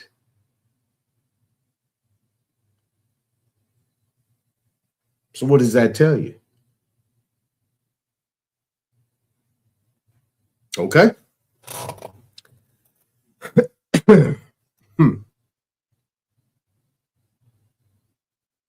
So 1302, constitutional rights in general. No Indian tribe in exercising powers of self-government shall, 1, make or enforce any law prohibiting the free exercise of religion or abridging the freedom of speech or of the press, or of the right of the people peaceably to assemble and to petition for a redress of grievances. Now, this is where the Supreme Court dropped the ball, because if this is the case, if you got 110,000 so-called Black Creek people looking for a redress of grievances based on them being locked out of their homeland. Now, and these people were not young. These people was in their 50s and 60s, and they said they mamas and daddies spoke the language. So they picking and choosing, right? This is the Article 1 aspect of it. Number 2, violate the right of the people to be secure in their persons, houses, papers, and effects. So this 1, 2, 3, 4, 5, 6, this is the Bill of Rights here. 7, 8, 9, 10. So you have all that, right? So this is something that's going on within the whole structure where they put in the Constitution, their constitutional rights within. This is where they're saying they have jurisdiction, subject to, right? But that's bull, because the bottom line is what they agreed upon and say, you know what, we will apply this to the Constitution because by this time you had all these Dawes enrollees now being in primary positions under colorable acts. So the Constitution had to come in, because now you have foreigners within the jurisdiction of the indigenous people, which they had no right to be. So you had to bring the Constitution in because you're discriminating against people based on their race and based on their color, or not their race, but based on the color, more or less.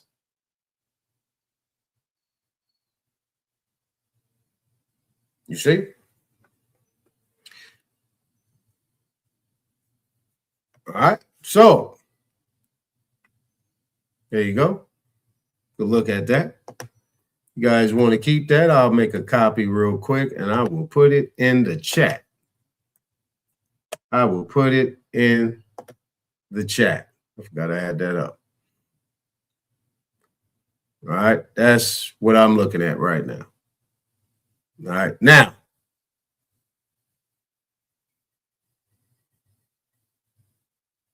what I want to do is I want to go over here to Title 25. Right? This is Title 25, Chapter 15, Constitutional Rights of Indians. Title 25, Indians. You have all these different sections here, right? What we're going to do is we're going to come to, where is my, oh, here we go. Boom. Nope. Boom. Now this is Title 25 of the United States Code. All right. This is the whole entire thing right here. Now, what we just looked at, if we come down here, we're right here. This is what we just looked at. Constitutional rights. That's chapter 15. As you see, there is 50 chapters here. Okay. 50 of them. As you see, a lot of this stuff is Indians, but then you have some things that talk about Native American languages, Native American grave protection and repatriation. Got a lot of these things that need to be looked at. Now, I'm going to copy and paste this and put it in the chat so you guys can take a look. For those that call yourself Indians. But if you think this doesn't pertain to you, hey, disregard it. Now, what we're going to do is we're going to go right here. We're going to go right here. This is chapter 1. We ain't going to go no further. We're going to start with chapter 1. Take it as you will. It's just coming from me.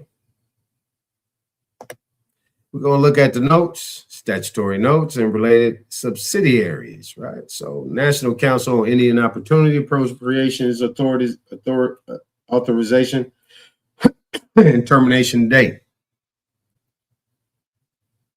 Indian Opportunity Appropriations Authorization. Now, when we look at these notes, this is Public Law 91-12 through 125, November 26, 1969.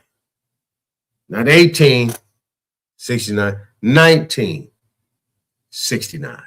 Now, we know what just happened a year prior. So you're looking at the statutory notes. This is why you got to look at the notes. When in all this stuff, because you look at 83 stat, then you look at public law. These are the things that these codified statutes and codes and numbers and things like that come from.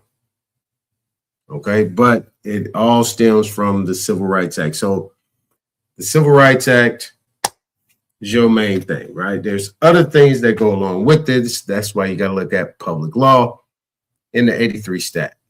So when we click on 83 stat, here you go. Now, let's get back over to the code.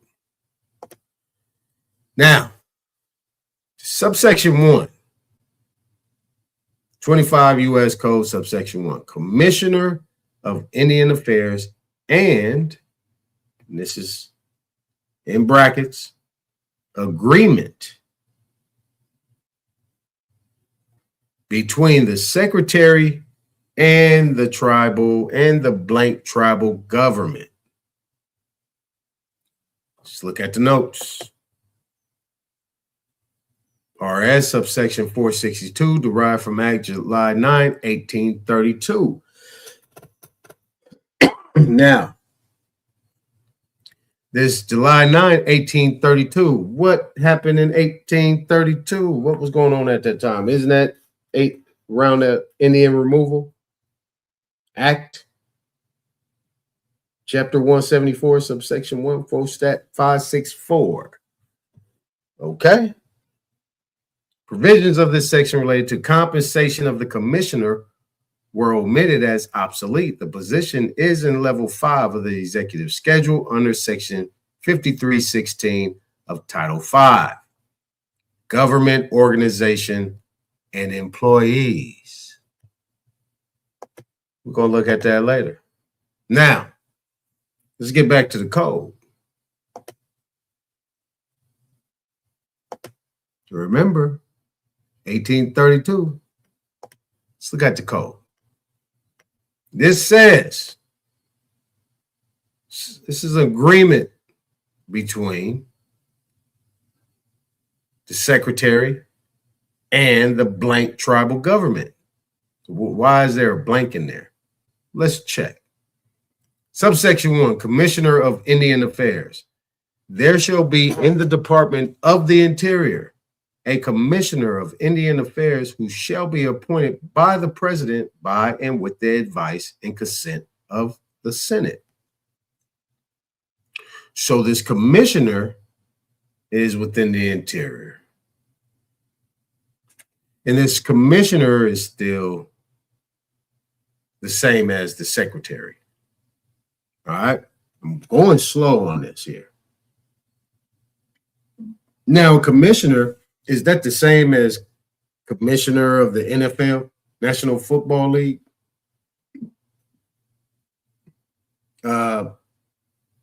Possibly.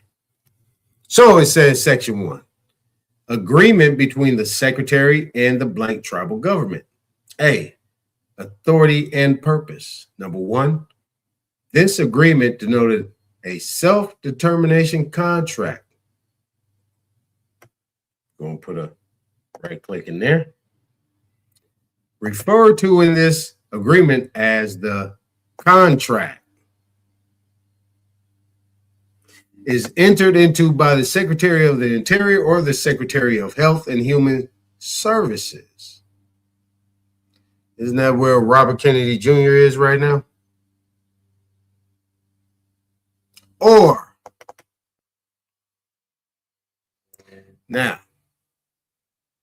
referred to in this agreement as the Secretary for and on behalf of the United States, pursuant to Title I of the Indian Self-Determination and Education Assistance Act, 25 U.S.C. 450, and by the authority of the blank tribal government. But wait a minute. I thought these people had the authority, but it says entered into by the Secretary of the Interior or the Secretary of Health and Human Services for and on behalf of the United States pursuant to Title I of the Indian, and by the authority of the blank tribal government or tribal organization, referred to in this agreement as the contractor. The provision of Title I, remember you got the or and you got the E. For those that have been listening for a while. The provisions of Title I of the Indian Self-Determination and Education Assistance Act are incorporated in this agreement.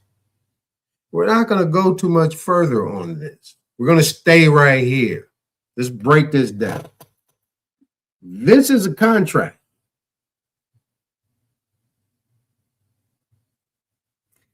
And you know, if you see a blank line in there, that means you can fill that in.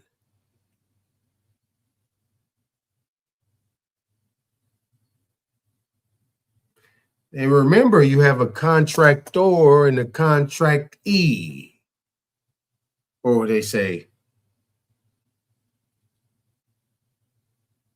contractor and subcontractor. Okay.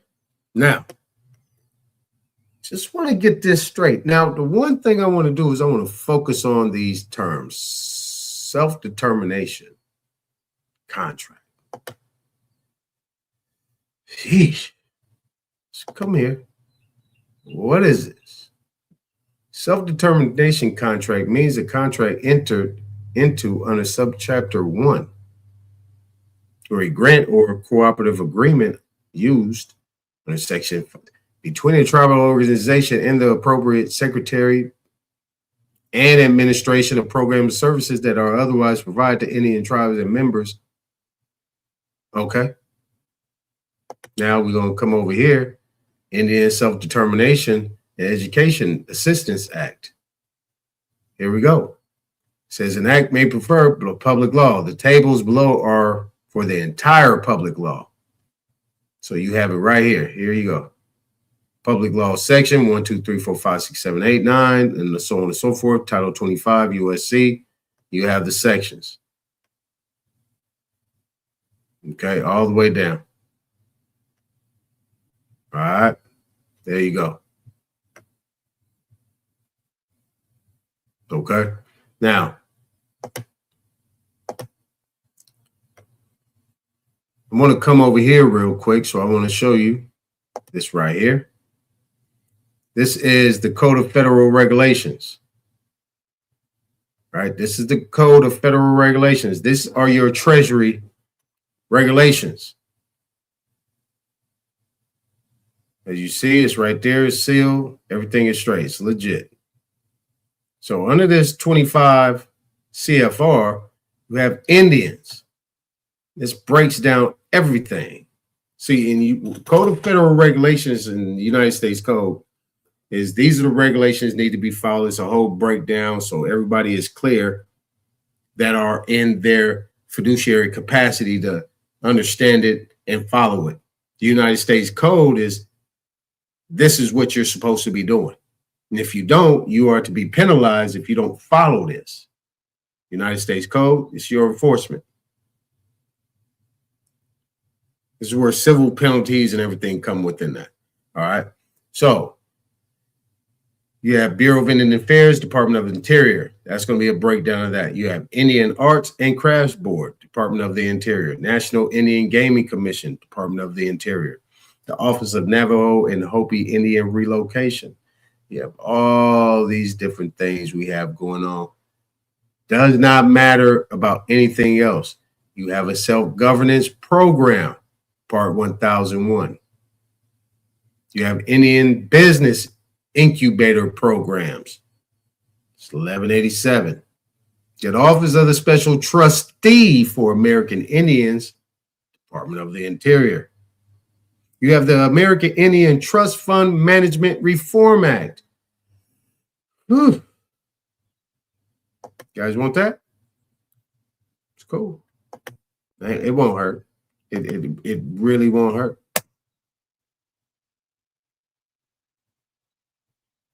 Nah. Now, what I'm going to do is I'm going to take a look.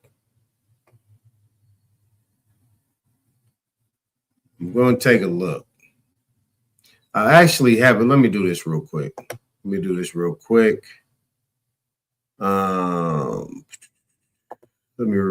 real quick. Let me take a look at something.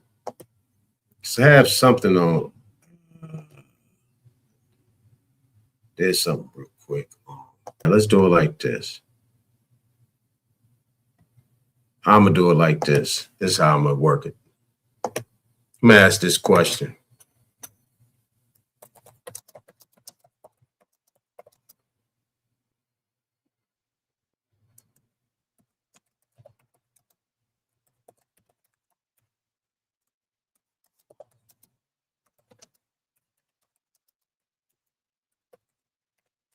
Check this out.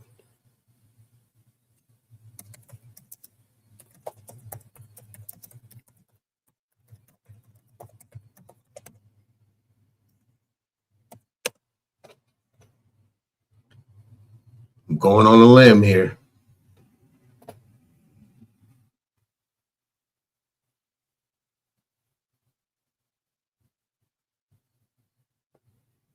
All right. Yeah. I won. I have to went on a limb, so I ain't looking crazy. All right, so look, I just asked a simple question in my chat because I'm working on something, so I have some self-determination stuff in here. I asked this question, right? Let me blow it up for you guys and gals. I said, give me a list of Black movements in the 20th century that utilize self-determination. Now, remember, when I looked up the notes and the self-determination, it went back to 1832. All right. Now, okay, my response number one, I don't even know why I gave it to me. But look, let's look closely. It says the concept of self-determination has appeared in many Black political, religious, economic, and cultural movements throughout the 20th century. These movements did not all share the same goals. Some sought equal citizenship within the United States. Some promoted economic independence. Some emphasized cultural religious identity. And others advocated for varying degrees of political autonomy or nationalism, which is cool. You see, based on the group. But all of these things were pretty much covered. So here's a chronological overview. The UNIA. Let's bring it down. The UNIA, 1914 to 1940s. Black economic independence, global unity, institution building. African Blood Brotherhood, 1919 to 1924. Black self-defense, labor organizing, political autonomy. Moorish Science Temple of America, 1913 onward. Religious identity, community organization, culture self-definition. Nation of Islam, 1930 onward. Whew. 90 years on them boys. They're almost 100 years in. Yeesh. Religious independence, economic self-sufficiency, community institutions. Council on African Affairs, 1937-1955. Pan-African solidarity, anti-colonial self-determination. Gave y'all some talking points if y'all listening. See, even the Pan-Africans is using self-determination. Southern Christian Leadership Conference, Indian self-determination, might I add. Southern Christian Leadership Conference, we know that, SCLC, right? Southern Christian Leadership Conference, what was that? Is that Martin Luther King's? I think that was Martin Luther the King. Martin Luther the King. 1957 onward, Civil Rights Through Nonviolent Constitutional Advocacy. Student Nonviolent Coordinating Committee. SNCC, I think that was, what's his name? Stokely. 1960 onward, Grassroots Political Empowerment, later Black Power. Organization of Afro-American Unity. Who was that? That was Malcolm X, if nobody knows. He created the Organization of Afro-American Unity, which then inspired the Organization of African Unity that they go by right now in Africa. The OAU came from Malcolm. Remember when he was taking them trips? If anybody remember when he was taking them trips to Africa?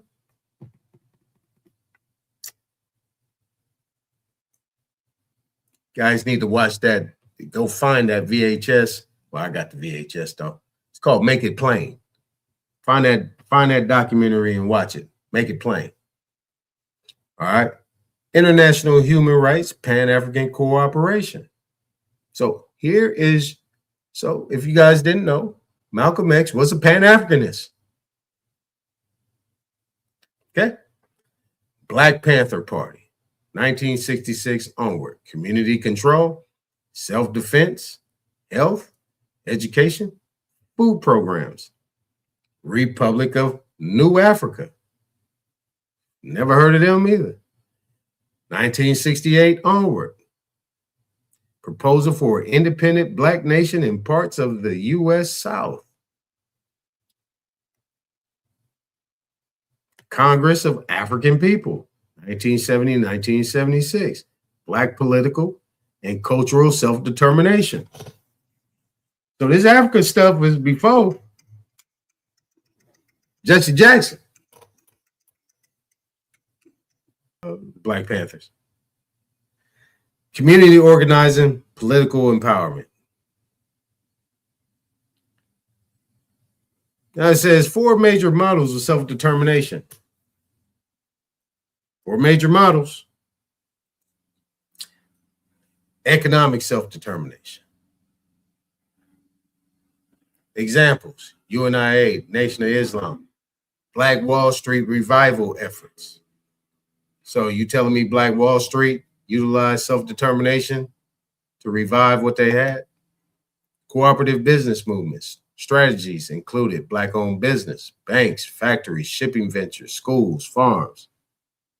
Political self-determination. These movements emphasize independent political power. Examples: FNIC, Black Panther Party, Republic of New Africa, Congress of African People. Goals included community control, independent political representation, local governments, voting power, cultural self-determination. These movements stress defining Black identity on their own terms. Examples: Moorish Science Temple, Nation of Islam, Black Arts Movement, Kwanzaa Movement. So a man, Karenga, in LA, created Kwanzaa out of self-determination. Common themes: African history, cultural education, language, names, dress, religious identity, territorial or national self-determination. Some organizations argue that self-determination required territorial sovereignty. Examples: Republic of New York, New Africa, portions of the Black Power movement, some Pan-African nationalist organizations. You might want to add the Nation of Islam in that one. These groups differ significantly in their proposals.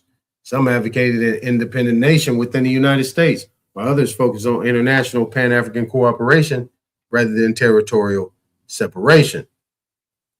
Important intellectual influences. Several figures shape these movements. Understanding of self-determination. Booker T, W.E.B., Marcus Garvey, Elijah Muhammad, Malcolm X, Stokely Carmichael, Huey P. Relationship to international law. Many of these movements drew on the broader principle of self-determination recognized in the United Nations framework after World War II. For example, the Organization of Afro-American Unity sought to present the condition of African Americans as a human rights issue rather than solely a domestic civil rights issue. All right. Okay.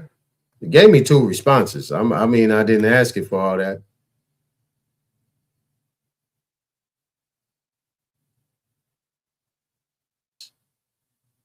Got CORE, Congress of Racial Equality. That's in LA. Revolutionary Action Movement. We got them. We got the Lowndes County. Where's Lowndes County at? Freedom Organization. Got the League of Revolutionary Black Workers. National Black Political Convention. National Black United Front. Well, we got that one too. All this is operating on self-determination.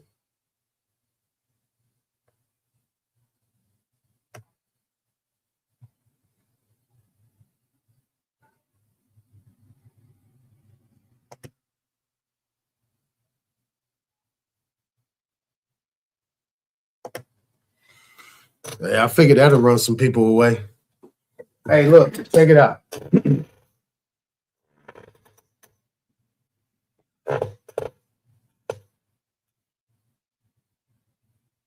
for those that comprehended what I just showed, it's not about him being a woman beater. It's not about that. Remember, one man don't make the rodeo. One person doesn't make nothing. It's about how they was able to maneuver and get the autonomy that they needed. That was through what? Self-determination. Why are all these people pushing this black stuff and everything, and how they want to identify themselves and how they created these movements? They did it through self-determination. This is why I keep telling people, like, self-determination. I didn't know nothing about that 30 years ago. I remember they talked about self-determination, but I just thought that was something that they made up. I mean, the major one we can look at is Black Panthers. They had a 10-point program. Everybody else hid their stuff. Black Panthers made their 10-point program public. I mean, you can even go to the growth and development, the movements in Chicago, plus these other movements. I mean, a lot of the movements that you saw were movements in California, mostly Oakland and Southern California. You know what I'm saying? All based off self-determination. But if you find self-determination, you will find it right here. This is Title 25, subsection 1. That's where it's at. In Title 25,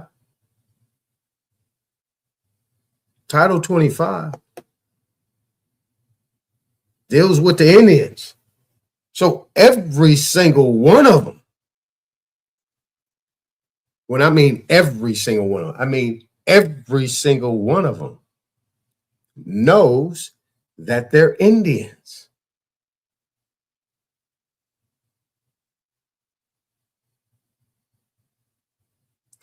Now, move all of the connotations off to the side. They know who they are. What they wanted their movement to be, for whatever reason it was for their own collective agreement on how they was going to identify and how they want to operate within or without the United States. They want to do this within the jurisdiction of the United States, but still claim their autonomy, or they wanted a complete separation and just keep it as a mutual contract between the United States of America.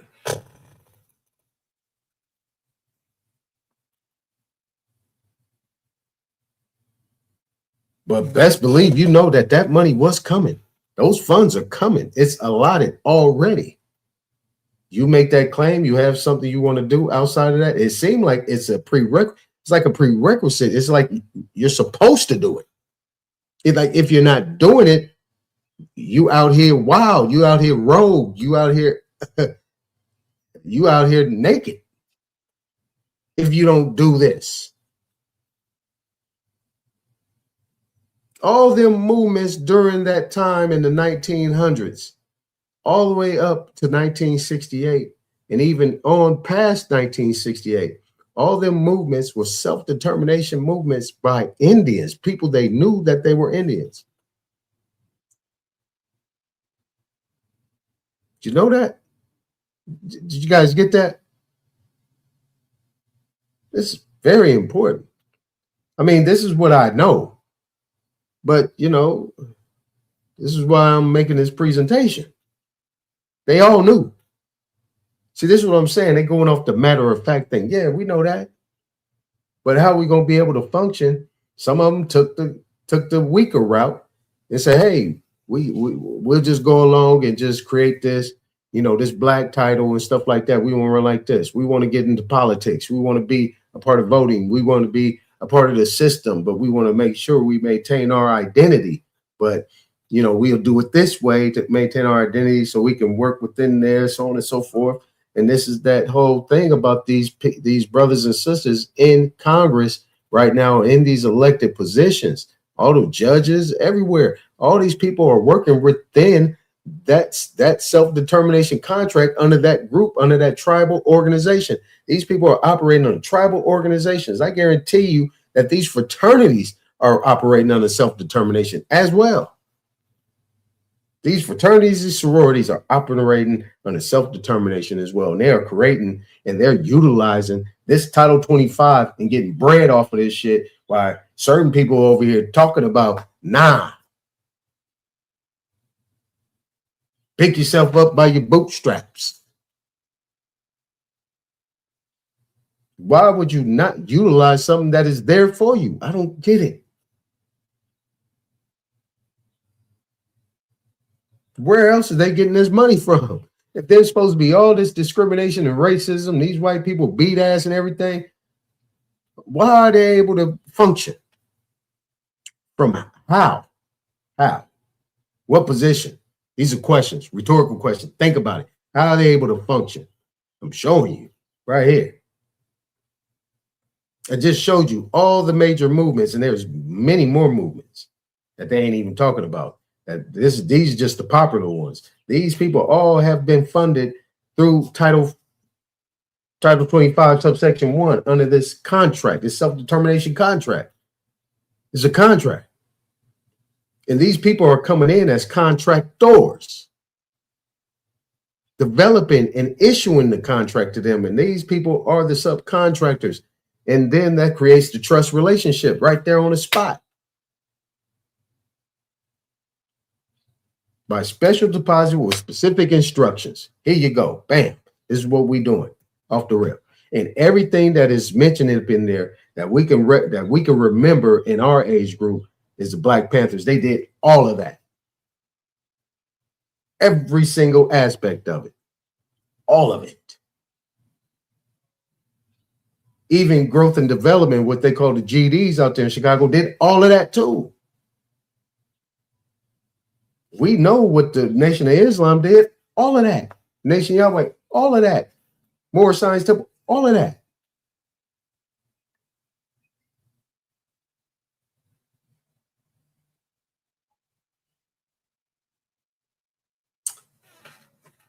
So, on to the next. So, what I'm going to do right here.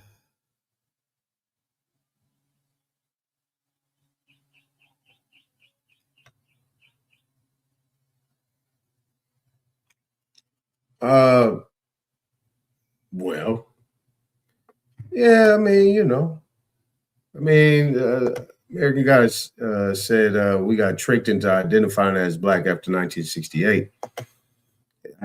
To me, I think that was a choice. I don't think it was a trick. It was a choice. I think people just utilized it. It became popular and, you know, it just flowed. But everybody knew that wasn't them. They knew it. But a lot of people knew that if you continue that, it's going to create an issue. It's going to create a serious issue. And it did. It eventually did. And this is where these plenary actions come in, right? That's good. That's good. Let me look at this real quick. I'm going to blow this up real quick. Shout out to, got this one from Cootie Mayo. He had a little snapshot. I took a snapshot of this. And, okay, so we got that one. I'm going to look at this one. I mean, hopefully this is making sense to you all. Hopefully this is making sense, you know. I mean, of course, you're going to have some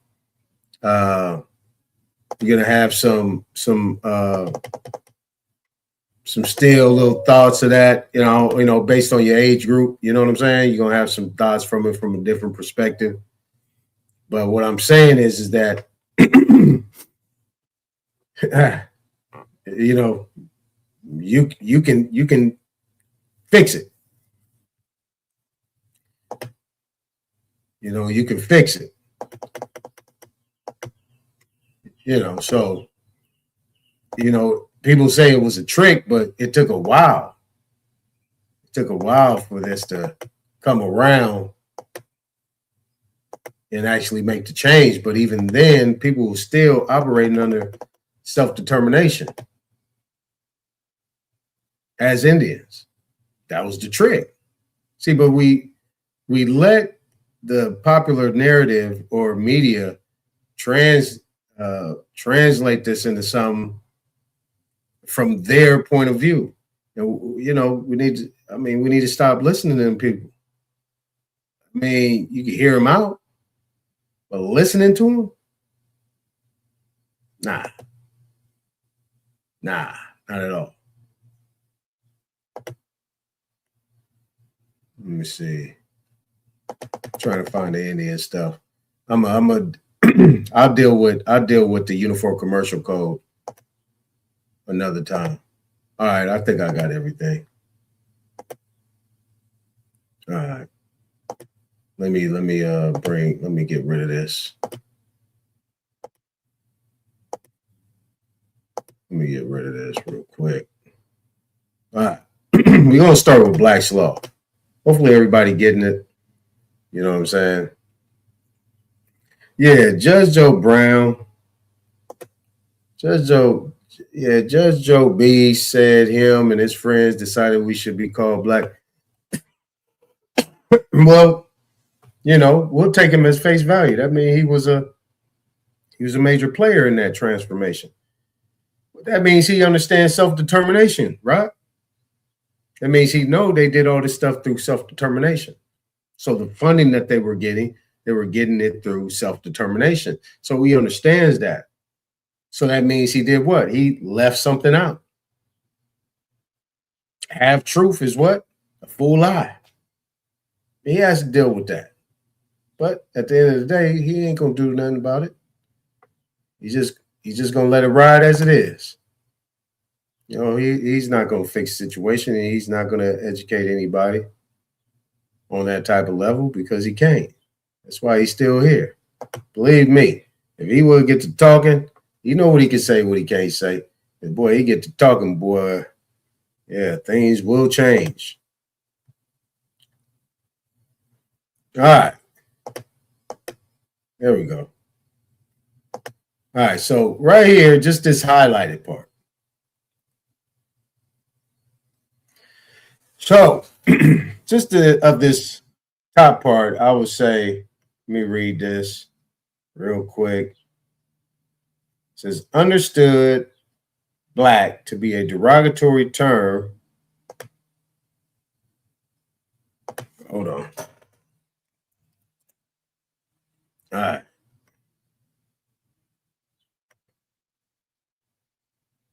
Okay.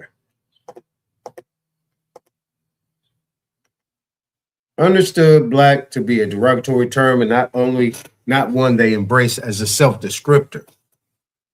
These assertions are confirmed by the contrasting use of terminology between 19th century radical pro-slavery propagandists who frequently use the term black in their writings and other North Carolinians who commonly used of color. So we already see right here, American isness. Somebody understood black to be derogatory, a derogatory term, and not one they embraced as a self-descriptor. We also see right here, isness. This stuff was being done even in the 19th century by radical pro-slavery propagandists. See how long this been going on? Let's keep going. I found evidence that the category free people of color included individuals without African ancestry. Most notably, Native peoples. Scholars of Native American history have uncovered numerous examples of Native people being categorized as black, colored, or mulatto. Dudes say, well, native. Okay. It's cool. Once you get taken off your ancestral land, even though if you're standing on it, you now become a native. But you see, it's a capital N. It's not a lowercase n. It's a capital. And they got peoples after that. All right, so Ruth Wallace Herndon. Oh, it's my partner's mom's maiden name. And Ella Wilcox Sekatu argued that such labeling of Native people was a form of documentary genocide. I know it ain't good. It's kind of foggy, but I took a snapshot of it. I agree that such labels obscure ancestral distinctions. I also think and show, however, that racial categories have never truly acted as accurate indicators of ancestry. So now everybody take a deep breath. Just take a deep breath. Just take a deep breath. It's going to be all right. You see, all that stuff has no distinctions, right? No ancestral distinctions, none of that. No indicators accurately at all of ancestry. So take a deep breath.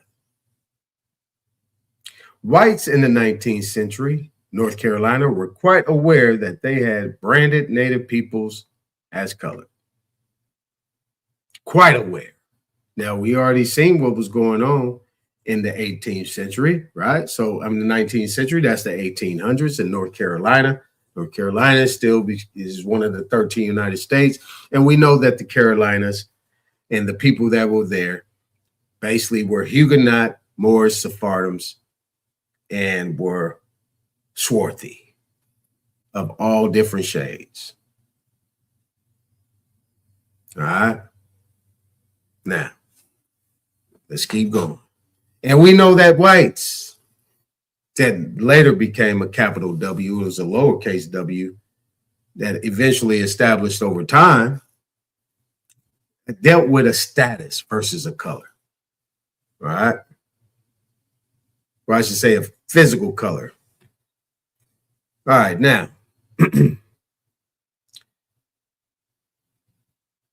and even after, start right here, and even after such labeling retained memory, or at least a belief, that certain free people of color were Native peoples.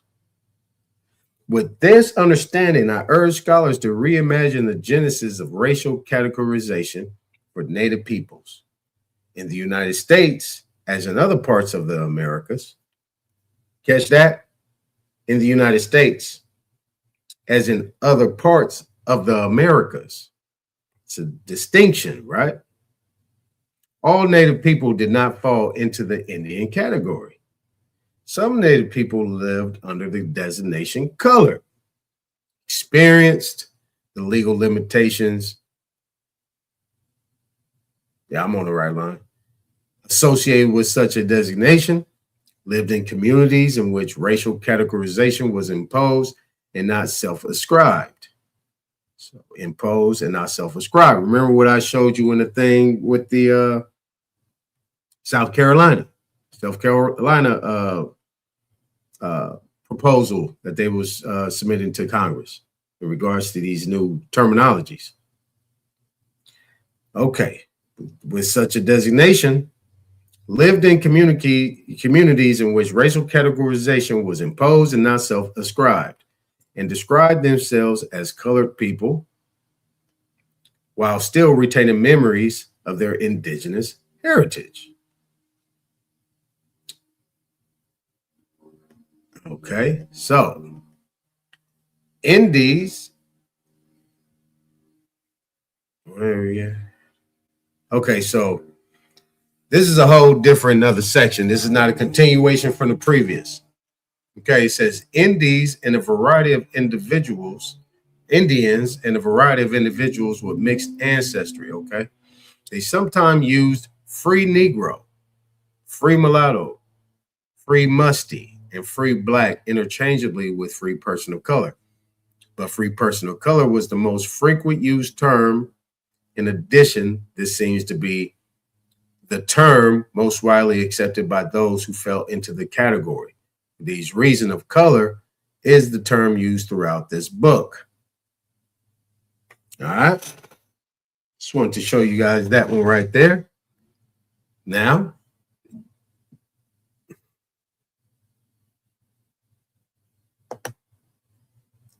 this is a statute. This is HJR. This is 1933 HJR 192.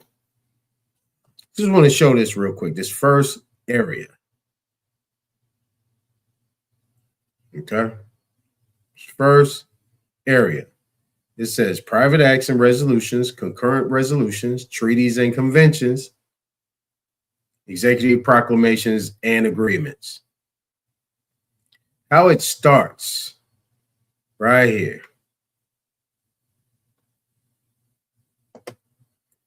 Authorizing a per capita payment of $100 to the members of the Menominee tribes of Indians of Wisconsin from funds on deposit to their credit in the Treasury of the United States.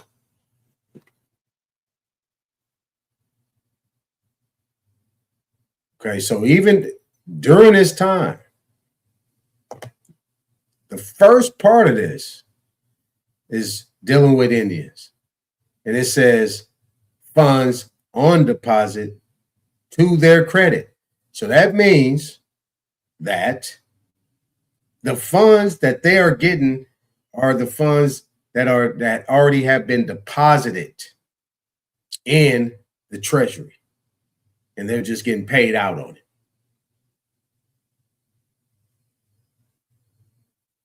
But later throughout this thing, this is where they're getting out of having to pay them.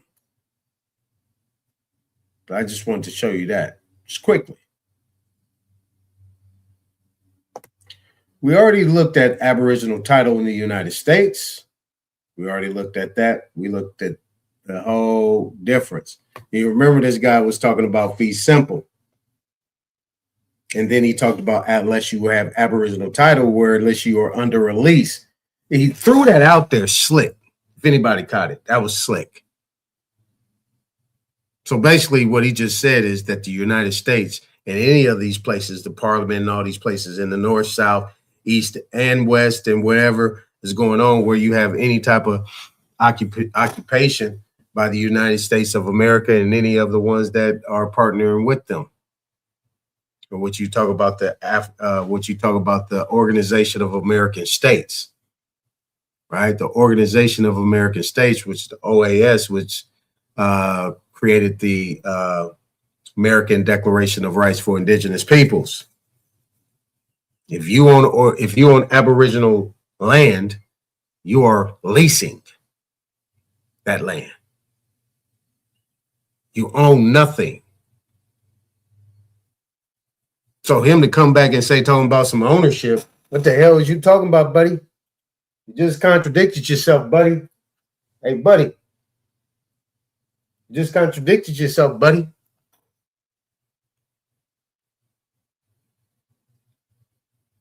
All right. So we ain't going to go on into that. We're just going to touch over here real quick. Now we're going to come over here. This, I want to see if I can make sense of this. I have yet to present this or even read it, but it's been sitting in my file. I said, well, I need to bring it up. So let's see if there's some sense in this. So I don't know if this is going to make sense or not, but I'm about to read it. The title just sounded good. So let's get it. So this is October 2014, A Short History of Indian Law in the Supreme Court by Matthew L.M. Fletcher. All right. It says the history of the federal Indian law in the Supreme Court is dynamic. Let me see if I can blow it up a little bit more. Nope. Maybe I can't. No. Okay. And the Supreme Court is dynamic, controversial, and inspiring. Okay. Starting off to a good point. The history starts with the earliest decades of the Supreme Court and tracks the growth of the American Republic. Guiding principles in Indian law. The long history of Supreme Court decisions in Indian law has cemented several guiding principles. First, Congress has plenary power in the exercise of its Indian affairs and duties. All right, I'm doing good so far. Remember, I've been mentioning plenary powers. That's why I won that debate. See, people don't think about the plenary powers.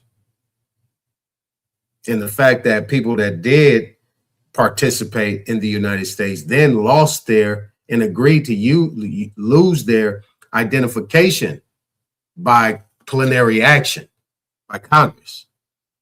That don't mean they still wasn't an Indian and they still didn't have the customs. That means you were now erased by that. So a lot of people say, yeah, we've been erased, we've been this, we've been that, so on and so forth. But if you are participating in the United States, you do not have Indian power anymore.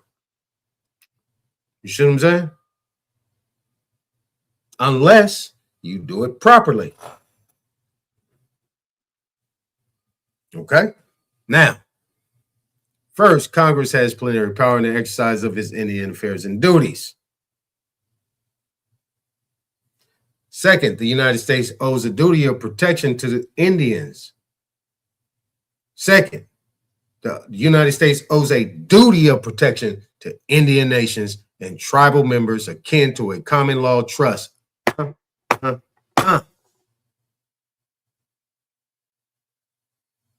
This is what I've been saying. I have not read this yet. I promise you. Third, Indian nations retain inherent sovereign powers subject to divestiture only by agreement or by Congress. Inherent sovereign powers subject to divestiture. I don't know what that means. I have an idea. Let's see what it means. Can we get a meaning in here? Look up divestiture. Okay, here we go. All right, the act of divesting, the state of being divested, something that's property or investment that has been divested. Okay. All right. Anyway, let's get back to it. So at any point in time, it's only by agreement or by Congress. Fourth, state law does not apply in Indian country, absent authorization by Congress. State law does not apply in Indian country, absent authorization by Congress. Now, this is why the Supreme Court was able to overrule the state. And then when they try to go to the United States Supreme Court, the United States Supreme Court said, we have no jurisdiction over this matter. This is that Creek issue. We can't rule. More importantly, the other half of it is that they couldn't rule because they probably didn't take it to a level where it needed some intervention, as this says. No, you have a fiduciary duty. You have these group of people that are imposters and so on and so forth. You see what I'm saying? Modern federal Indian law has given space for Indian nations to exercise self-governance and to preserve tribal lands, economies, and cultures. For too long before the modern era, the Supreme Court ratified the mass dispossession of Indian lands, exploitation of Indian resources by outsiders, and attacks on tribal cultures, governments, and economies. Where we at here? Where we at? Until the Warren and Burger Court eras, the Supreme Court deferred absolutely to Congress. I'm about to show you. What I put in my presentation. I'm about to show you. And I ain't even used this. If I'd have had this, oh my goodness. It's been a blowout. Deferred absolutely to Congress and the executive branch prerogatives in setting federal Indian policy, which usually was designed to undermine tribal self-determination. Bingo. Bingo. That's all. I don't need to read no more. But you know what? I will. However, during the Warren and Burke, I know I'm just here by myself, huh? He's like, is he paying attention to us? He's just here by himself reading. Told you. Y'all just roll with me. Trust me. We're going to get there. However, during the Warren and Burger Court eras, The court increasingly pushed back on bad federal policy and became a leader in modernizing federal Indian law. Strangely, despite congressional and executive branch support for tribal self-governance since the 70s, Supreme Court often has continued to resist federal Indian policy, undermining tribal governments. The history of the Indian law in the Supreme Court opens with the Marshall Trilogy. Right? Y'all look that up. There's Cherokee Nation versus Georgia, Worcester versus Georgia. Trilogy, primarily authored by Chief Justice John Marshall, established federal primacy in Indian affairs, included state law from Indian country, and recognized tribal governance authority. Moreover, these cases established the place of Indian nations in the American dual sovereign structure that still governs today. Okay. Johnson is best known for the adoption of the so-called doctrine of discovery as the origin of American property title. But the case more properly should be known as the decision that established federal supremacy in Indian affairs over the states and individuals. The case involved a dispute over the ownership of parcels of land in the Ohio River Valley. Both claimed they had acquired title from Indian nations in the area, the Pieankashaw and Illinois Indians. So we have Illinois Indians. Okay. The Supreme Court held that Indians could not sell their property interests, known to the court as Indian title or original Indian title or aboriginal title. Doing pretty good so far, ain't I? Right? To anyone except the national sovereign. That's enough. We good. We good on this, right? Now, let's come over here. Let's go over here to India. So we read everything. We got everything together. You found self-determination in there and self-governance. We saw the connection in the chat GPT where I actually asked the question. That was a whole line that I already had in order. And you see that all the self-determination movements in the 20th century, that the main ones was all of the ones that are always talked about. All these people operated on a self-determination. And I just showed an article right here that just mentioned, where'd it go? That just mentioned, where'd it go? Just so we can go back to it. I just mentioned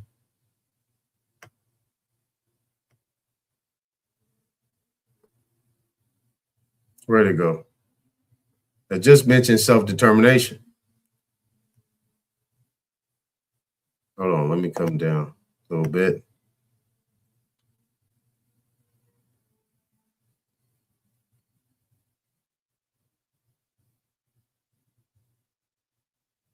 So we get, people come in and out, so we don't know if somebody's looking at it. Right, so tribal self-determination. Now, I showed you Title 25 United States Code. It deals with the Indians.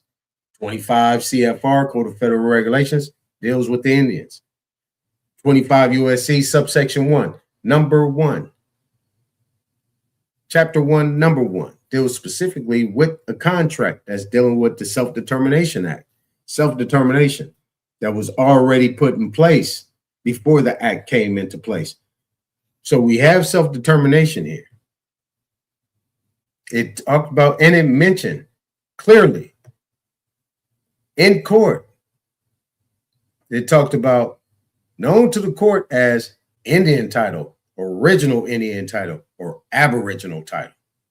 So we have that, right? So there's no confusion anymore. No confusion. Don't allow the technology to make you think something in your head so you can say, wait a minute, this, that. No. Here's what it is right here. Here's Indian country. So they mention Indian country. The state has no place in Indian country, has no rule, no authority, nowhere.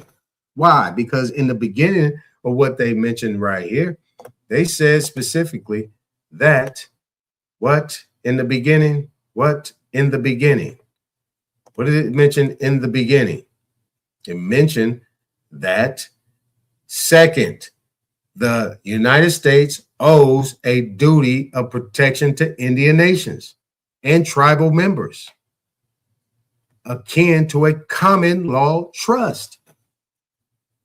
You remember right here in Aboriginal title right here, it says original Indian title, Indian right of occupancy. And it says right here, it is the first jurisdiction to acknowledge common law doctrine. So it's common law. Not created by the United States, created by the indigenous American people.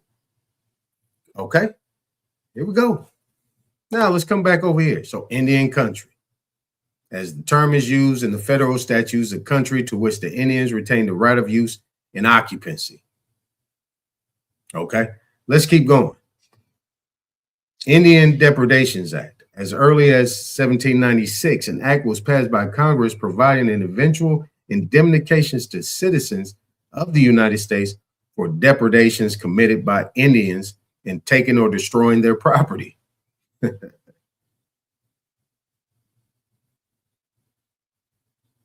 Okay. Indian reservation, a part of public domain set aside by proper authority. Who's the authority? For use and occupation of tribes of Indians. All right. Indian title, claim of Indian tribes of right because of immemorial occupancy to roam certain territory to the exclusion of any other Indians. Indian tribe, a separate and distinct community or body of the Aboriginal Indian race of men found in the United States. Indians, the Aboriginal inhabitants of North America.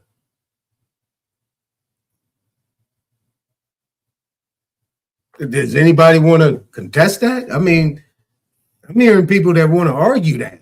Well, that was given to them by these people. Given to a group of people that had penal colonies that was dealing with fleeing and running. Fleeing and running and broke. And needed recognition, needed protection. We talking about them people? So if there was a tribe, if there was an Indian tribe called the Illinois, so what makes you think that Indiana ain't Indiana? Illinois is a state, right? What about Indiana? That's a state. And what is Indianapolis? Polis, city of what? Indians.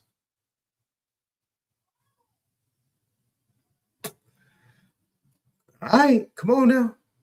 Come on now. All right. So just want to be clear on that. Just want to be clear. I'm on 320 right now. I did pretty good. I was done at 125. I jumped over here. This is another, what? Yeah, almost 2 hours I did this. 2 hours jumping back and forth. It's pretty good. Pretty good. Pretty good. Pretty good. Pretty good. Now, what I'm going to do, appreciate everybody coming up in here. Business is going, y'all up in the chat. Appreciate everything. Right. Hopefully I did well enough. What I'm going to do right now is I'm going to stop this right here at 3:20 and I'm going to drop the link. I'm going to do that right now. And let's talk about it. What we're going to do, we're going to go hard in the paint for a good hour. And maybe a half. And then we out of here. All right. I almost did good. I almost was in that 90-minute range. I probably was in that 90-minute range. You know what I'm saying? I was in that 90-minute range. I'm gonna throw the music on. It's gonna be real low from this point forward. And we're gonna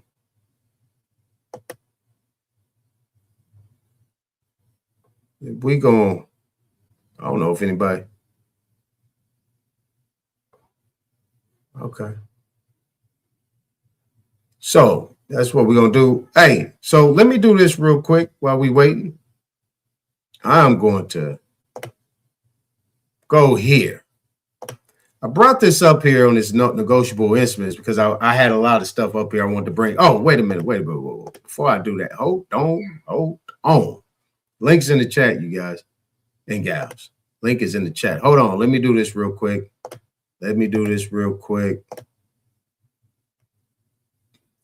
Got to show you guys this. So everything I read, I think this probably worked out pretty good. Okay, so we saw what I read, right? Fiduciary duties, you know what I'm saying? Under a trust relationship. Check this out, right? Now, this is superintendents. Remember when I said custodian? You know, back in the day, you had custodians that clean the bathrooms and pick up the trash. Okay, just think about it like that. Don't think about it as superintendent. Think about it as it is. All right, so look. This is Title 25 U.S. Code, subsection 174. Superintendents by president over tribes west of the Mississippi. Now, don't get the over thing. Let's go to notes. This goes back, derived from Act May 28, 1830. Okay? Now, let's read. The president is authorized to exercise general superintendents. Remember, exercise, right? Remember, under fiduciary responsibility, American jurisprudence, 2D.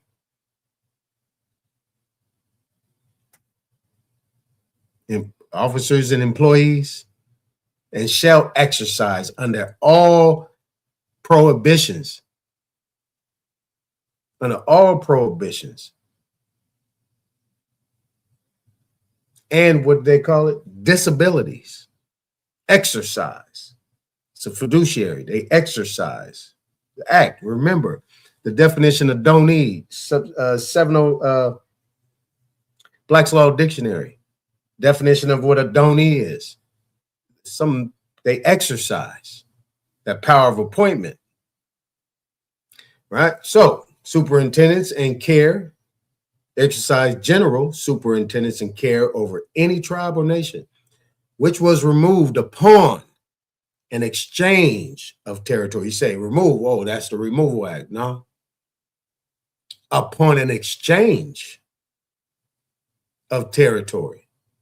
An exchange of territory under authority of the Act of May 28, 1830 to provide for an exchange. See, and this is your plenary doctrine. See how they're verbalizing it? They're verbalizing it. Their verbiage and how they're putting it in there is very deceiving. But it says, it's also said to provide for an exchange of lands with the Indians residing in any of the states or territories and for their removal west of the Mississippi. Their removal, removing themselves. And to cause such tribe or nation to be protected in their new residence, at their new residence, against all interruption or disturbance from any other tribe or nation of Indians or from any other person or persons whatsoever. Now you see, you have tribe or nation of Indians, and then you got persons, person or persons. You see that? Person or persons, that's all you getting in the United States jargon for anybody else that's not considered to be an Indian. Person or persons. I showed that yesterday, Article 1, Section 2, Clause 3. All right. Now, let's go to 175. This is Title 25, United States Code 175. See, this is where those creeks were missing some things here. The United States attorneys to represent Indians. Now, I'm not doing this as if you guys don't have reading comprehensions, you don't understand or anything like that, or know or anything, you have no education. I'm not doing that. This is just me doing it because you just never know who don't know and need that clarification, that emphasization. Is that the emphasis? See, I don't know how to pronounce everything. The emphasization. Yeah, them people. Yeah, like me. How do you say emphasization? Here we go. This is United States Attorney, substituted in text for United States District Attorney on authority of Act June 25, 1948. So this is 1948 now. Okay. So this is in section 541 of Title 28, Judiciary and Judicial Procedure. Okay. So if you're coming in as a J-Dub, if you're coming in, you want to make that claim as an Indian, Title 28 in district courts is basically your establishment of jurisdiction and venue and your basis of your causes of action based on everything that you do. So they got to recognize you as such and you be introduced as such, who you are not. And they have to act accordingly. Within that framework, let me read this. In all states and territories where there are reservations or allotted Indians, the United States Attorney shall, not may, not if it wants to, shall represent them in all, not some, not a few, all suits at law and in equity.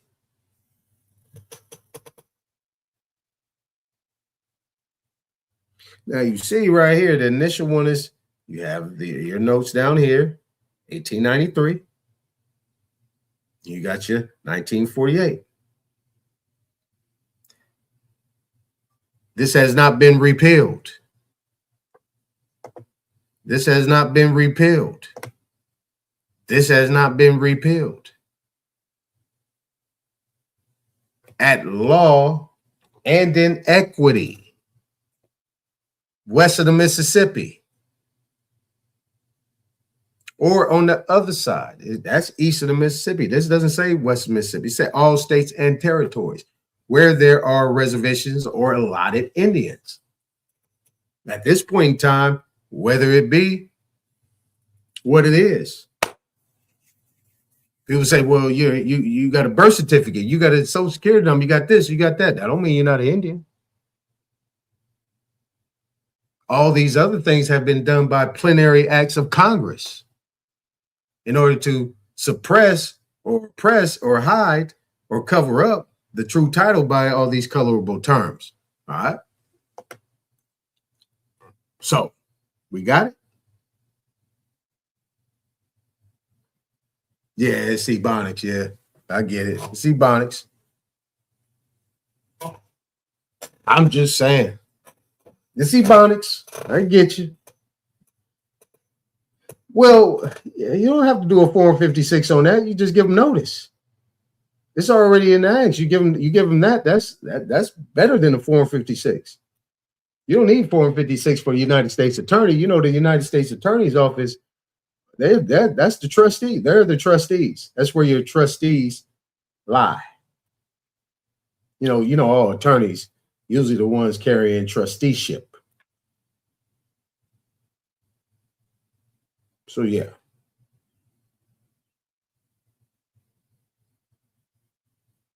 But anyway, just wanted to give that to you. Now, let's get over here to our negotiable debt instruments. Just kind of give a little brush back on 170. All right, let's go 1A. All right, there we go. Okay, so this negotiable debt instruments. Hold on, let me make sure. All right, we still up. All right, so negotiable debt instruments. Remember I touched on 12 USC subsection 411 and all that. We showed all those other things yesterday. Let's talk about it. So this is negotiable debt instruments. I don't remember where I got this from, but I got it from somewhere. It says only a debt instrument, promissory note, judgment, etc. So judgment.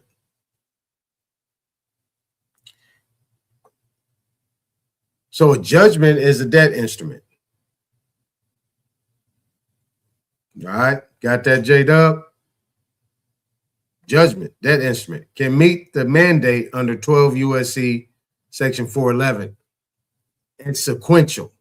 That's what ETSEQ means. And sequential. So that means the rest of those sections that follow. Since it is impossible to redeem a debt with a debtor or a note with a note, the statute is non-executable or executable, thus the umbrella of the UCC.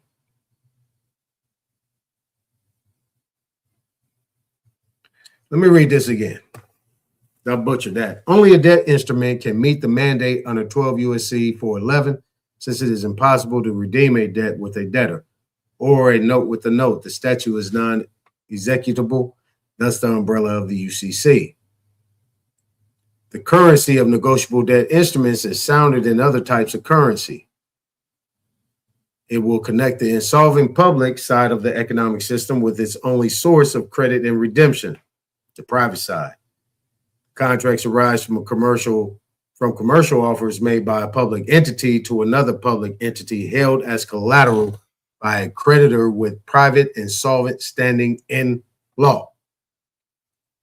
The contracts arise, I'm going to read that again, from commercial offers made by a public entity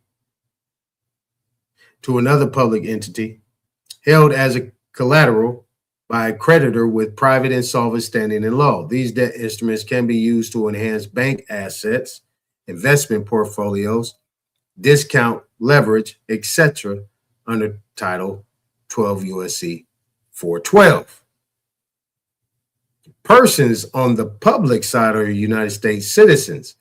If a U.S. citizen's collateral is lawfully held as debtor by a third party with a superior claim pursuant to a security agreement, and said security interest is perfected under the UCC. Don't worry about that, y'all. Don't let that rattle you. Let me just read it. Then no government, state, body politic, or any party in commerce can state a claim upon which relief can be granted. All standing in law is based on the right of interest held to state and enforce a claim. Wait a minute. All standing law is based on the right of interest held to state and enforce a claim. What is that saying? So it says the persons on the public, they got to end quote, sides are United States citizens. We've shown that. We know that. Tell us more. If a U.S. citizen's collateral is lawfully held as debtor, so U.S. citizens collateral. So whatever that collateral might be, we don't know yet. It's lawfully held as debtor by a third party with a superior claim pursuant to a security agreement. So let's take it as a mortgage. So we got a mortgage. That mortgage, that deed of trust or anything else is a security agreement. It is a form, let me say that, a form of a security agreement. A promissory note is kind of a form of a security agreement. And it says, and said security interest is perfected under the UCC. So that means if it's perfected under the UCC, that means that it follows Article 9.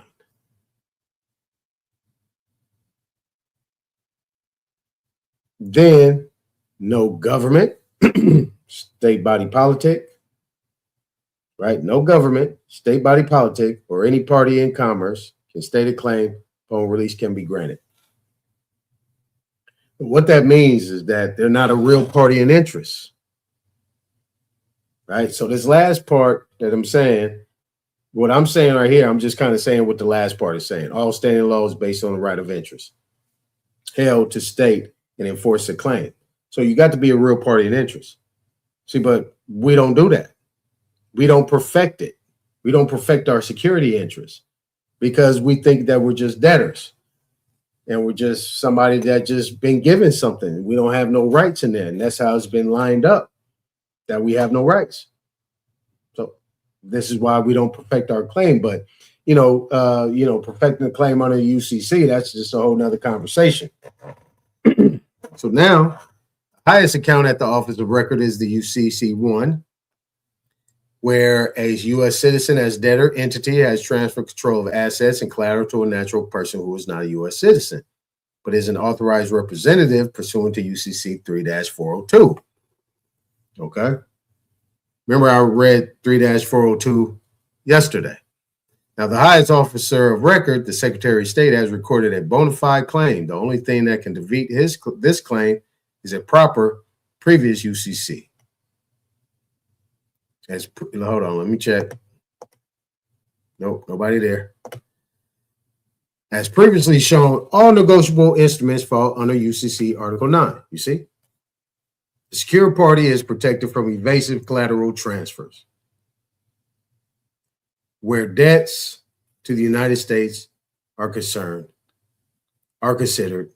fraudulent, except where covered by UCC Article 9 security interests. Note, all who act as fiduciary buying, selling, leveraging, discounting, or brokering paper of any kind are simply moving debt. See, that hence 1090 the OID, original issue discount, publication 1212. Okay, principal and interest. Publicly offered debt instruments. Remember I showed you 26 CFR 1.1275-3? Right? All right. The U.S. statutes at law perfected the transfer of economic system of international monetary fund from an asset-based to an interest-based system of exchange. You guys remember we mentioned the IMF. You know what I'm saying? Dealing with Federal Reserve. And a lot of people don't look into the statutes at large. Right? You got statutes at large, and you got restatements, right? You got another thing, it's called restatement of something. But anyway, it's called restatement of something. You'll discover the difference between payment and the right to payment because I had all this stuff up. I took it all down. I ain't going to be talking too much longer. By definition of the UCCs are rights to payment under contract, not yet earned by performance. As per Standing versus White, 1927, this converts what might be a worthless promise into a legal obligation, making it subject to transfer by assignment. And this is what every mortgages is doing, every single one, because they assign it. I guarantee you, I challenge everybody again, if you had a mortgage, have a mortgage, or know somebody with one, look and see if the entity that's on that deed of trust is the same entity that you're paying today. I will put every single penny that I got that you are not paying the same one. Maybe if you got it with a credit union, maybe. Or what you would consider to be a state-authorized financial institution that is approved and licensed and insured as a home mortgage loan servicer. Then yeah, it might be in-house. Since only the natural person can lawfully contract for the entity, there exists no third party with understanding to challenge the security agreement. Negotiable debt instruments are non-cash items pursuant to Regulation J, Section 210.2K. And is handled pursuant to Section 210.8 with special handling. All right, it's a new drink. The U.S. is in Chapter 11 reorganization, lacking the solvency to pay any debt at all. Therefore, there must be a receiver originally, Secretary of the Treasury under 5 U.S.C.A. 903, Public Law 94-564. More to follow.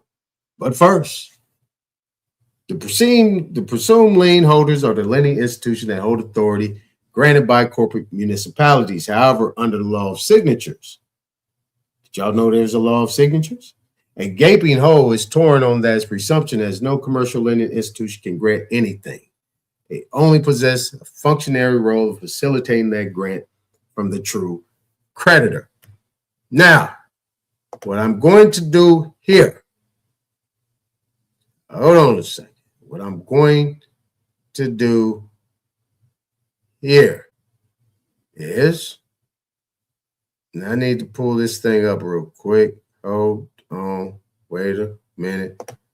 Let me do this real quick. Let me remove this real quick. Let me find this real quick. I know I played it before, and I'm not played it, but I'm gonna show it. Where that thing at? Oh, let's come back here. Come back here. Where you at? Where are you at?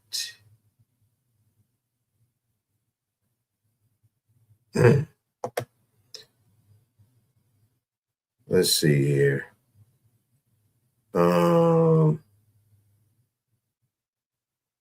Where was I at before?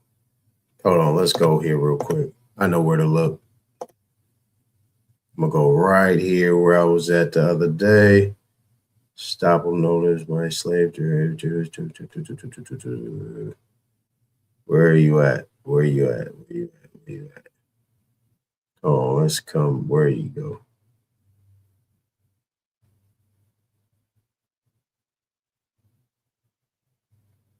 There we go. There we go. Where you at?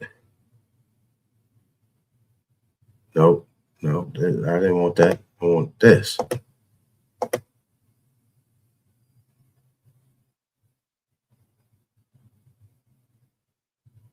No, that ain't what I want.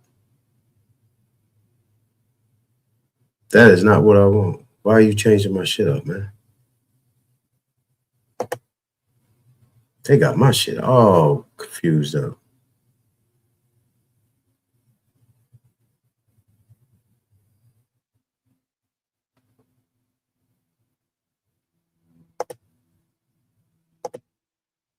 Hold on, you guys, real quick. I gotta bring this up. It's important.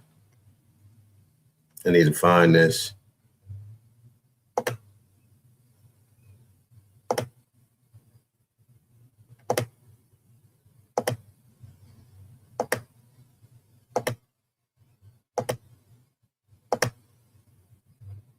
Damn, they got these things all confused up. Huh.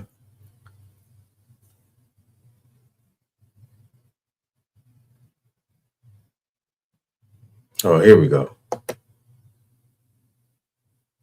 All right, that's where we was at.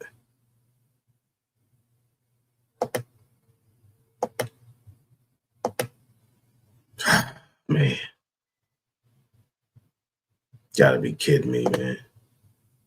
Where's this bitch at?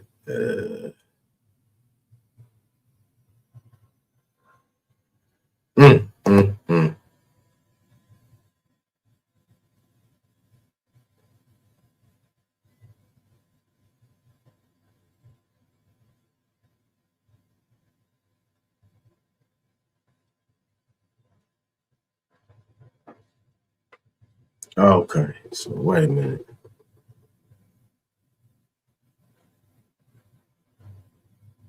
Shit, man. That's what I need right there. Hold on, let me see if it'll come up. Nope. I know exactly what it. All right, let's just pull this up right here.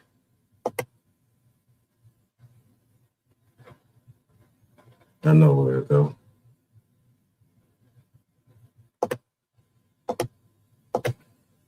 Banks and banking.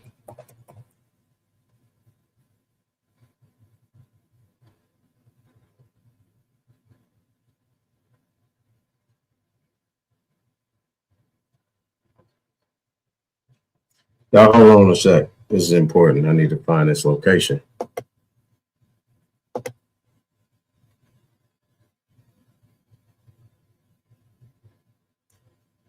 Workshop folder. Presentation. All right. All right. Okay. Boom.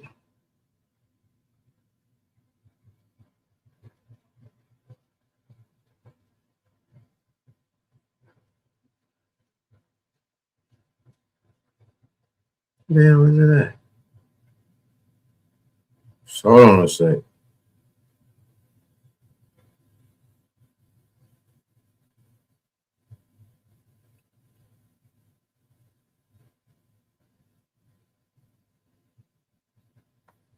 Man, this shit bullshit right now. Oh, bring it up. I know how to do this. I got to bring this up. Wouldn't be complete if I didn't. Presentation and workshops. All right, workshop folder. Okay, there we go. Presentation and workshops. There we go.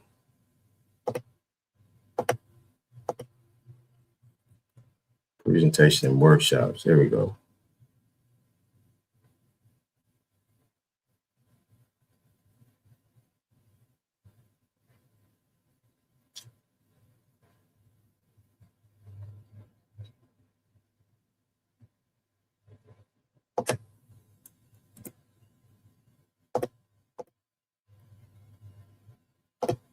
All right. So here we go. Yep, I had to find it. Now, based on everything, let's get back here. Let's get back here. Let's go back to negotiable instruments. All right. So, as it said right here, it said U.S. is in Chapter 11 reorganization, lacking the solvency to pay any debt at all. Therefore, there must be a receiver, originally the Secretary of the Treasury. Now, you're going to say, well, what we got going on here? Let me show you. Just so you guys can understand that this is just not some random saying. We don't know if these documents, how authentic they are. We don't know.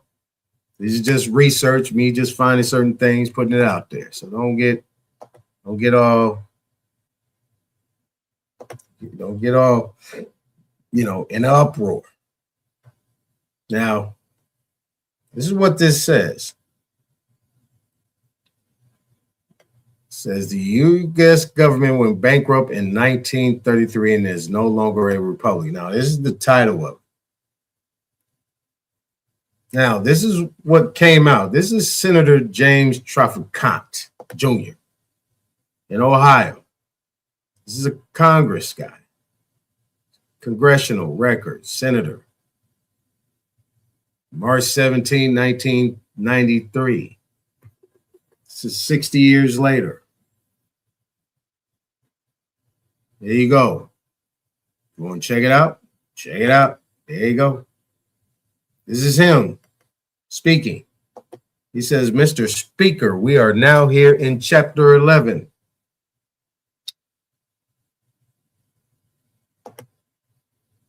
Chapter 11 reorganization. Let's qualify this a little bit. Let's be on the safe side. Let's qualify this just for a little bit.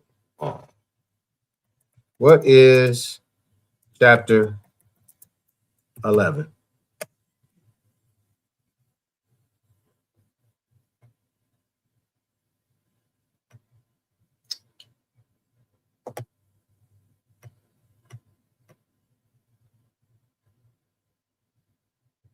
All right, so what this says is Chapter 11 is a section of the U.S. Bankruptcy Code that allows businesses and individuals to reorganize their debts while continuing to operate. It is primarily used by corporations, but is also available to individuals whose debt exceed the limits for Chapter 13.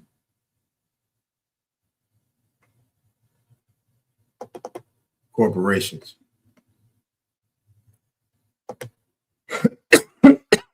Corporations. Now, so this is senators. This is a senator talking. We are now here now in Chapter 11. Members of Congress are official trustees presiding over the greatest reorganization of any bankrupt entity in world history, the U.S. government. We are setting forth, hopefully, a blueprint for our future. There are some who say it is a coroner's report that will lead to our demise. Anybody want to translate that for me? Okay. Now, this is what you would call a primary source. It is an established fact that the United States federal government has been dissolved by the Emergency Banking Act of March 9, 1933, 48 Stat 1, Public Law 89-719, declared by President Roosevelt being bankrupt and insolvent. What does it say? What does this say? What did this say? What is this saying? What is this saying? This March 9th, to June 1934. This around that time. Wait. What was this? March 9, 1933? What does it say? March 1933? Oh, my goodness. Uh-oh. Got a problem, Houston. Got a problem. We don't know. But let's check this out. Let's go here.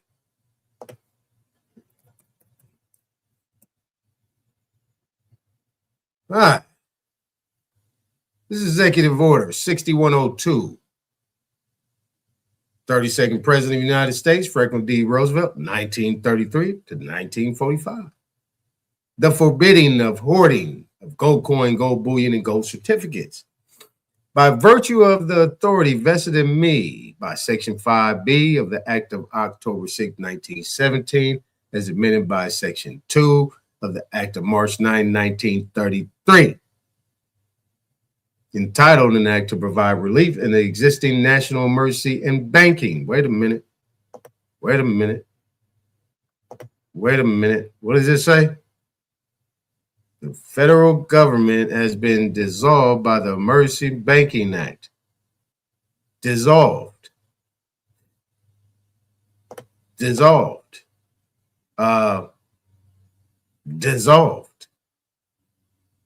And for other purposes in which a mandatory act Congress declared that a serious emergency exists. So he do declare that said national emergency still continues to exist. Wait a minute. Still continues. But they said 1933 totally dissolved. So wait a minute. Since it still continued, they said, uh-oh, we got to dissolve this thing. Has anybody filed Chapter 11? I haven't. I know Chapter 11 means bankruptcy, though. Or is dealing with bankruptcy. All right. Let's continue. It's getting good. Now, so, declared by President Roosevelt being bankrupt and insolvent, HJR 192, 73rd Congress in session June 5th, 1933, joint resolution to suspend the gold standard and abrogate the gold clause dissolved the sovereign authority of the United States.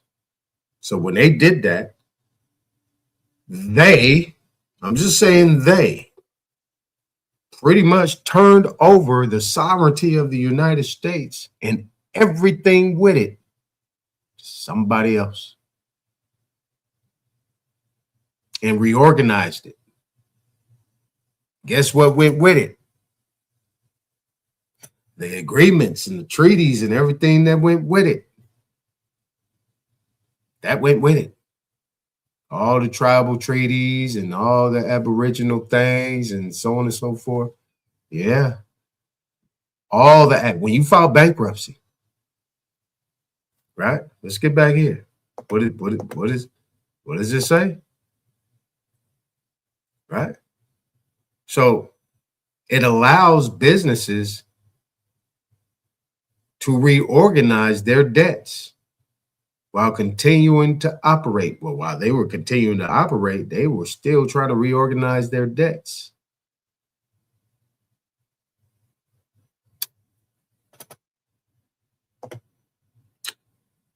So it says,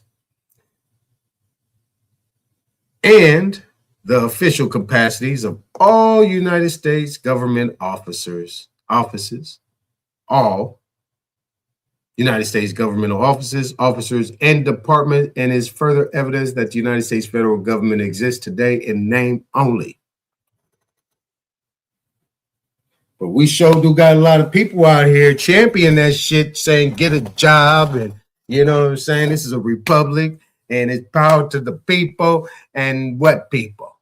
What people we talking about here? Now, we say power to the people. We know why we say power to the people. That's under self-determination.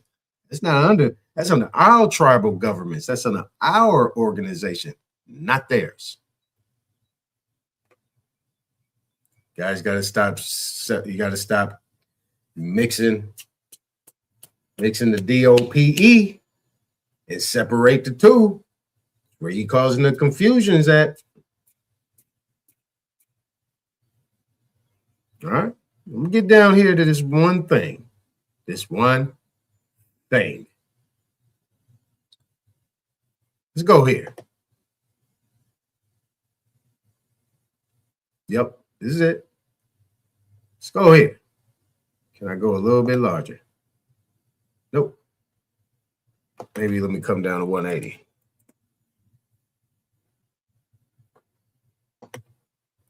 $170. All right, let's go read this little part right here. A dollar is a measure of weight defined by the Coinage Act of 1792 and 1900, which is still in force today. A dollar specifies a certain quantity, 24.8 grains of gold, or 371.25 grains of silver.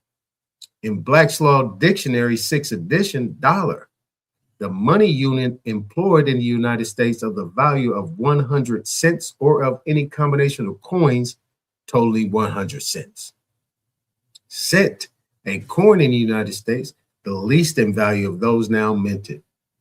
It is the 100th part of $1. So do you got dollars in your pockets? Do you have any of this in your pocket? Did you guys even know that this existed?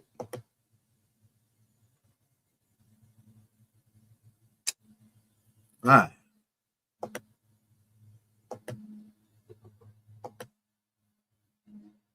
That's it, y'all.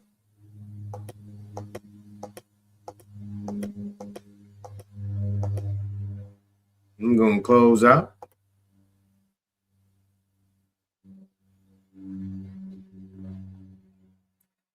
All right. Hey, going to play this. What's up, E-Knots? Appreciate you being here. Yeah, brother. Yeah. They're solving. They can't pay their bills. Yeah. But it still functions within that, right? So this is where you get into people equals popal. I like that. Yeah. I can roll with that. But there's ways that it can function within without, you know, so if that's the case, if they are insolvent, if they have reorganized debts need to be paid, then, you know, whoever that has that knowledge or way of doing things you need to focus on that too as well. Big Dog Philly, what's happening, man? Yeah, I'm about to close them on out. But yeah, that's where we're at right now. But yeah, for the most part, yeah. Appreciate everybody being here. And you already know we're about to get this music jumping off, and when it's over, it's over. You know, that's what we're about to do. Yeah. I try to go early so that way, you know, I have plenty of wiggle room. I have plenty of wiggle room to mess up and keep it within a nice, good framework, even though I still went over. You know, but any questions? Yep. Don't hit that link, anybody. Yep. We out of here.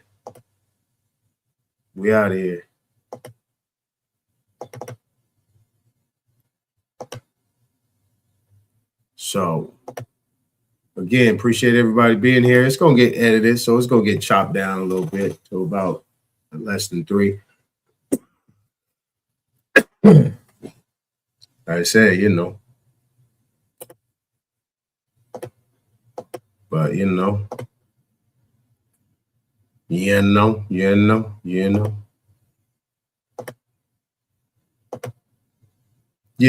eventually, you know, you guys will pick up what I'm putting down, where I'm going with it. You know, ain't gonna spell it out too much, but you know, we all grown folk up here. We're very learning where we at. We know how to do our own research, fact check. You know, this is why I keep saying this is why I did the American history and the whole little segment. So that way we ain't got to have that conversation no more. That conversation is over. Anybody else want to have a conversation? By all means. But over here, it's over. We're dealing with right here, right now. So, at the end of the day, as I always say, when the song's over, it's over. On the next one. We want freedom by any means necessary. We want justice by any means necessary.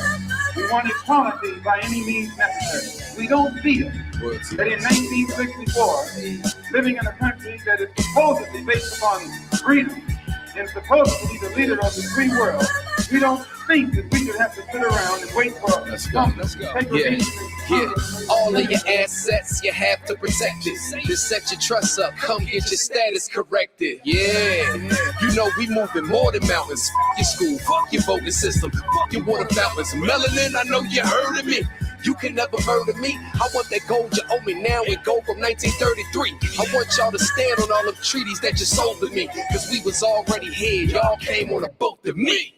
And know this God-given land we all holding feet. Simple, absolute gratitude, your majesty. I am not in my straw man, you not controlling me. Certified, signed, sealed, stamped by the notary. Don't try to lie to my face like you ain't just a colonist who tricked us with contracts, but you fail to acknowledge it. And history books of fertilizer, one big pile of shit. Acting like you freed us from slavery, but ain't abolished it. The plantation just got renovated. Driver's license and passports are the new slave papers. How they foreclosing on the ones they gave acres. We allowed them entry, even trusted them as neighbors. They took everything from us and made us ask for favors, and posed as the only helping hand that's there to save us. Boycott, don't try to keep up with the fad, cause the money that we save, the properties that we rehab. Monopoly with the bad. Tears don't fall from my eyes, cause they see our what, but they don't see our why. You was born in June, but I only seen July. Influenced by bad spirits like a DUI. You ain't do no estate planning, but you think you fly. Now we gon' need 3 fish fries to see you die. We the revolt, boy, don't play with me. The time is now, this royalty over slavery. Damn. I'll let you hear that verse again. Hello? Listen, I did everything you told me to do. What? I was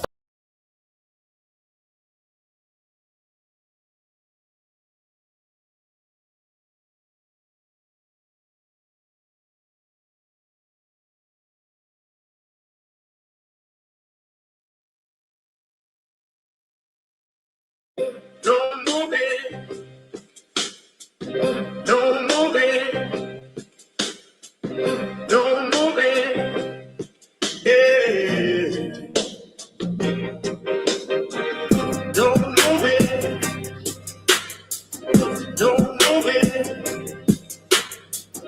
don't know it.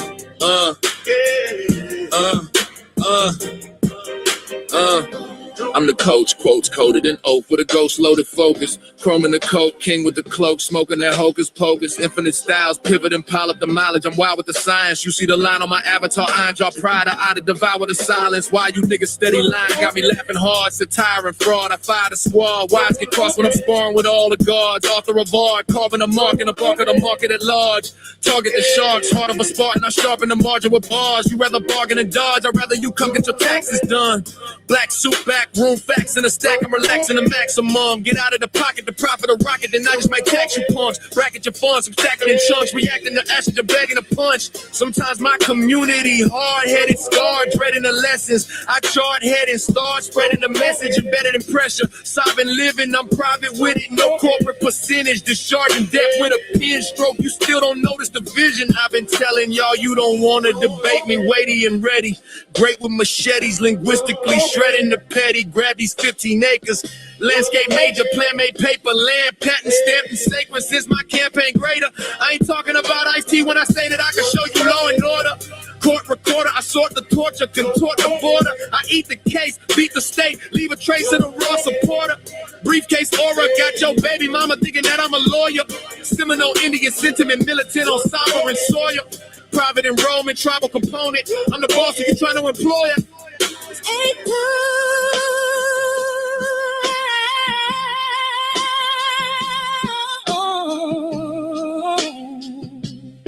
Clutch, baby. Infinite.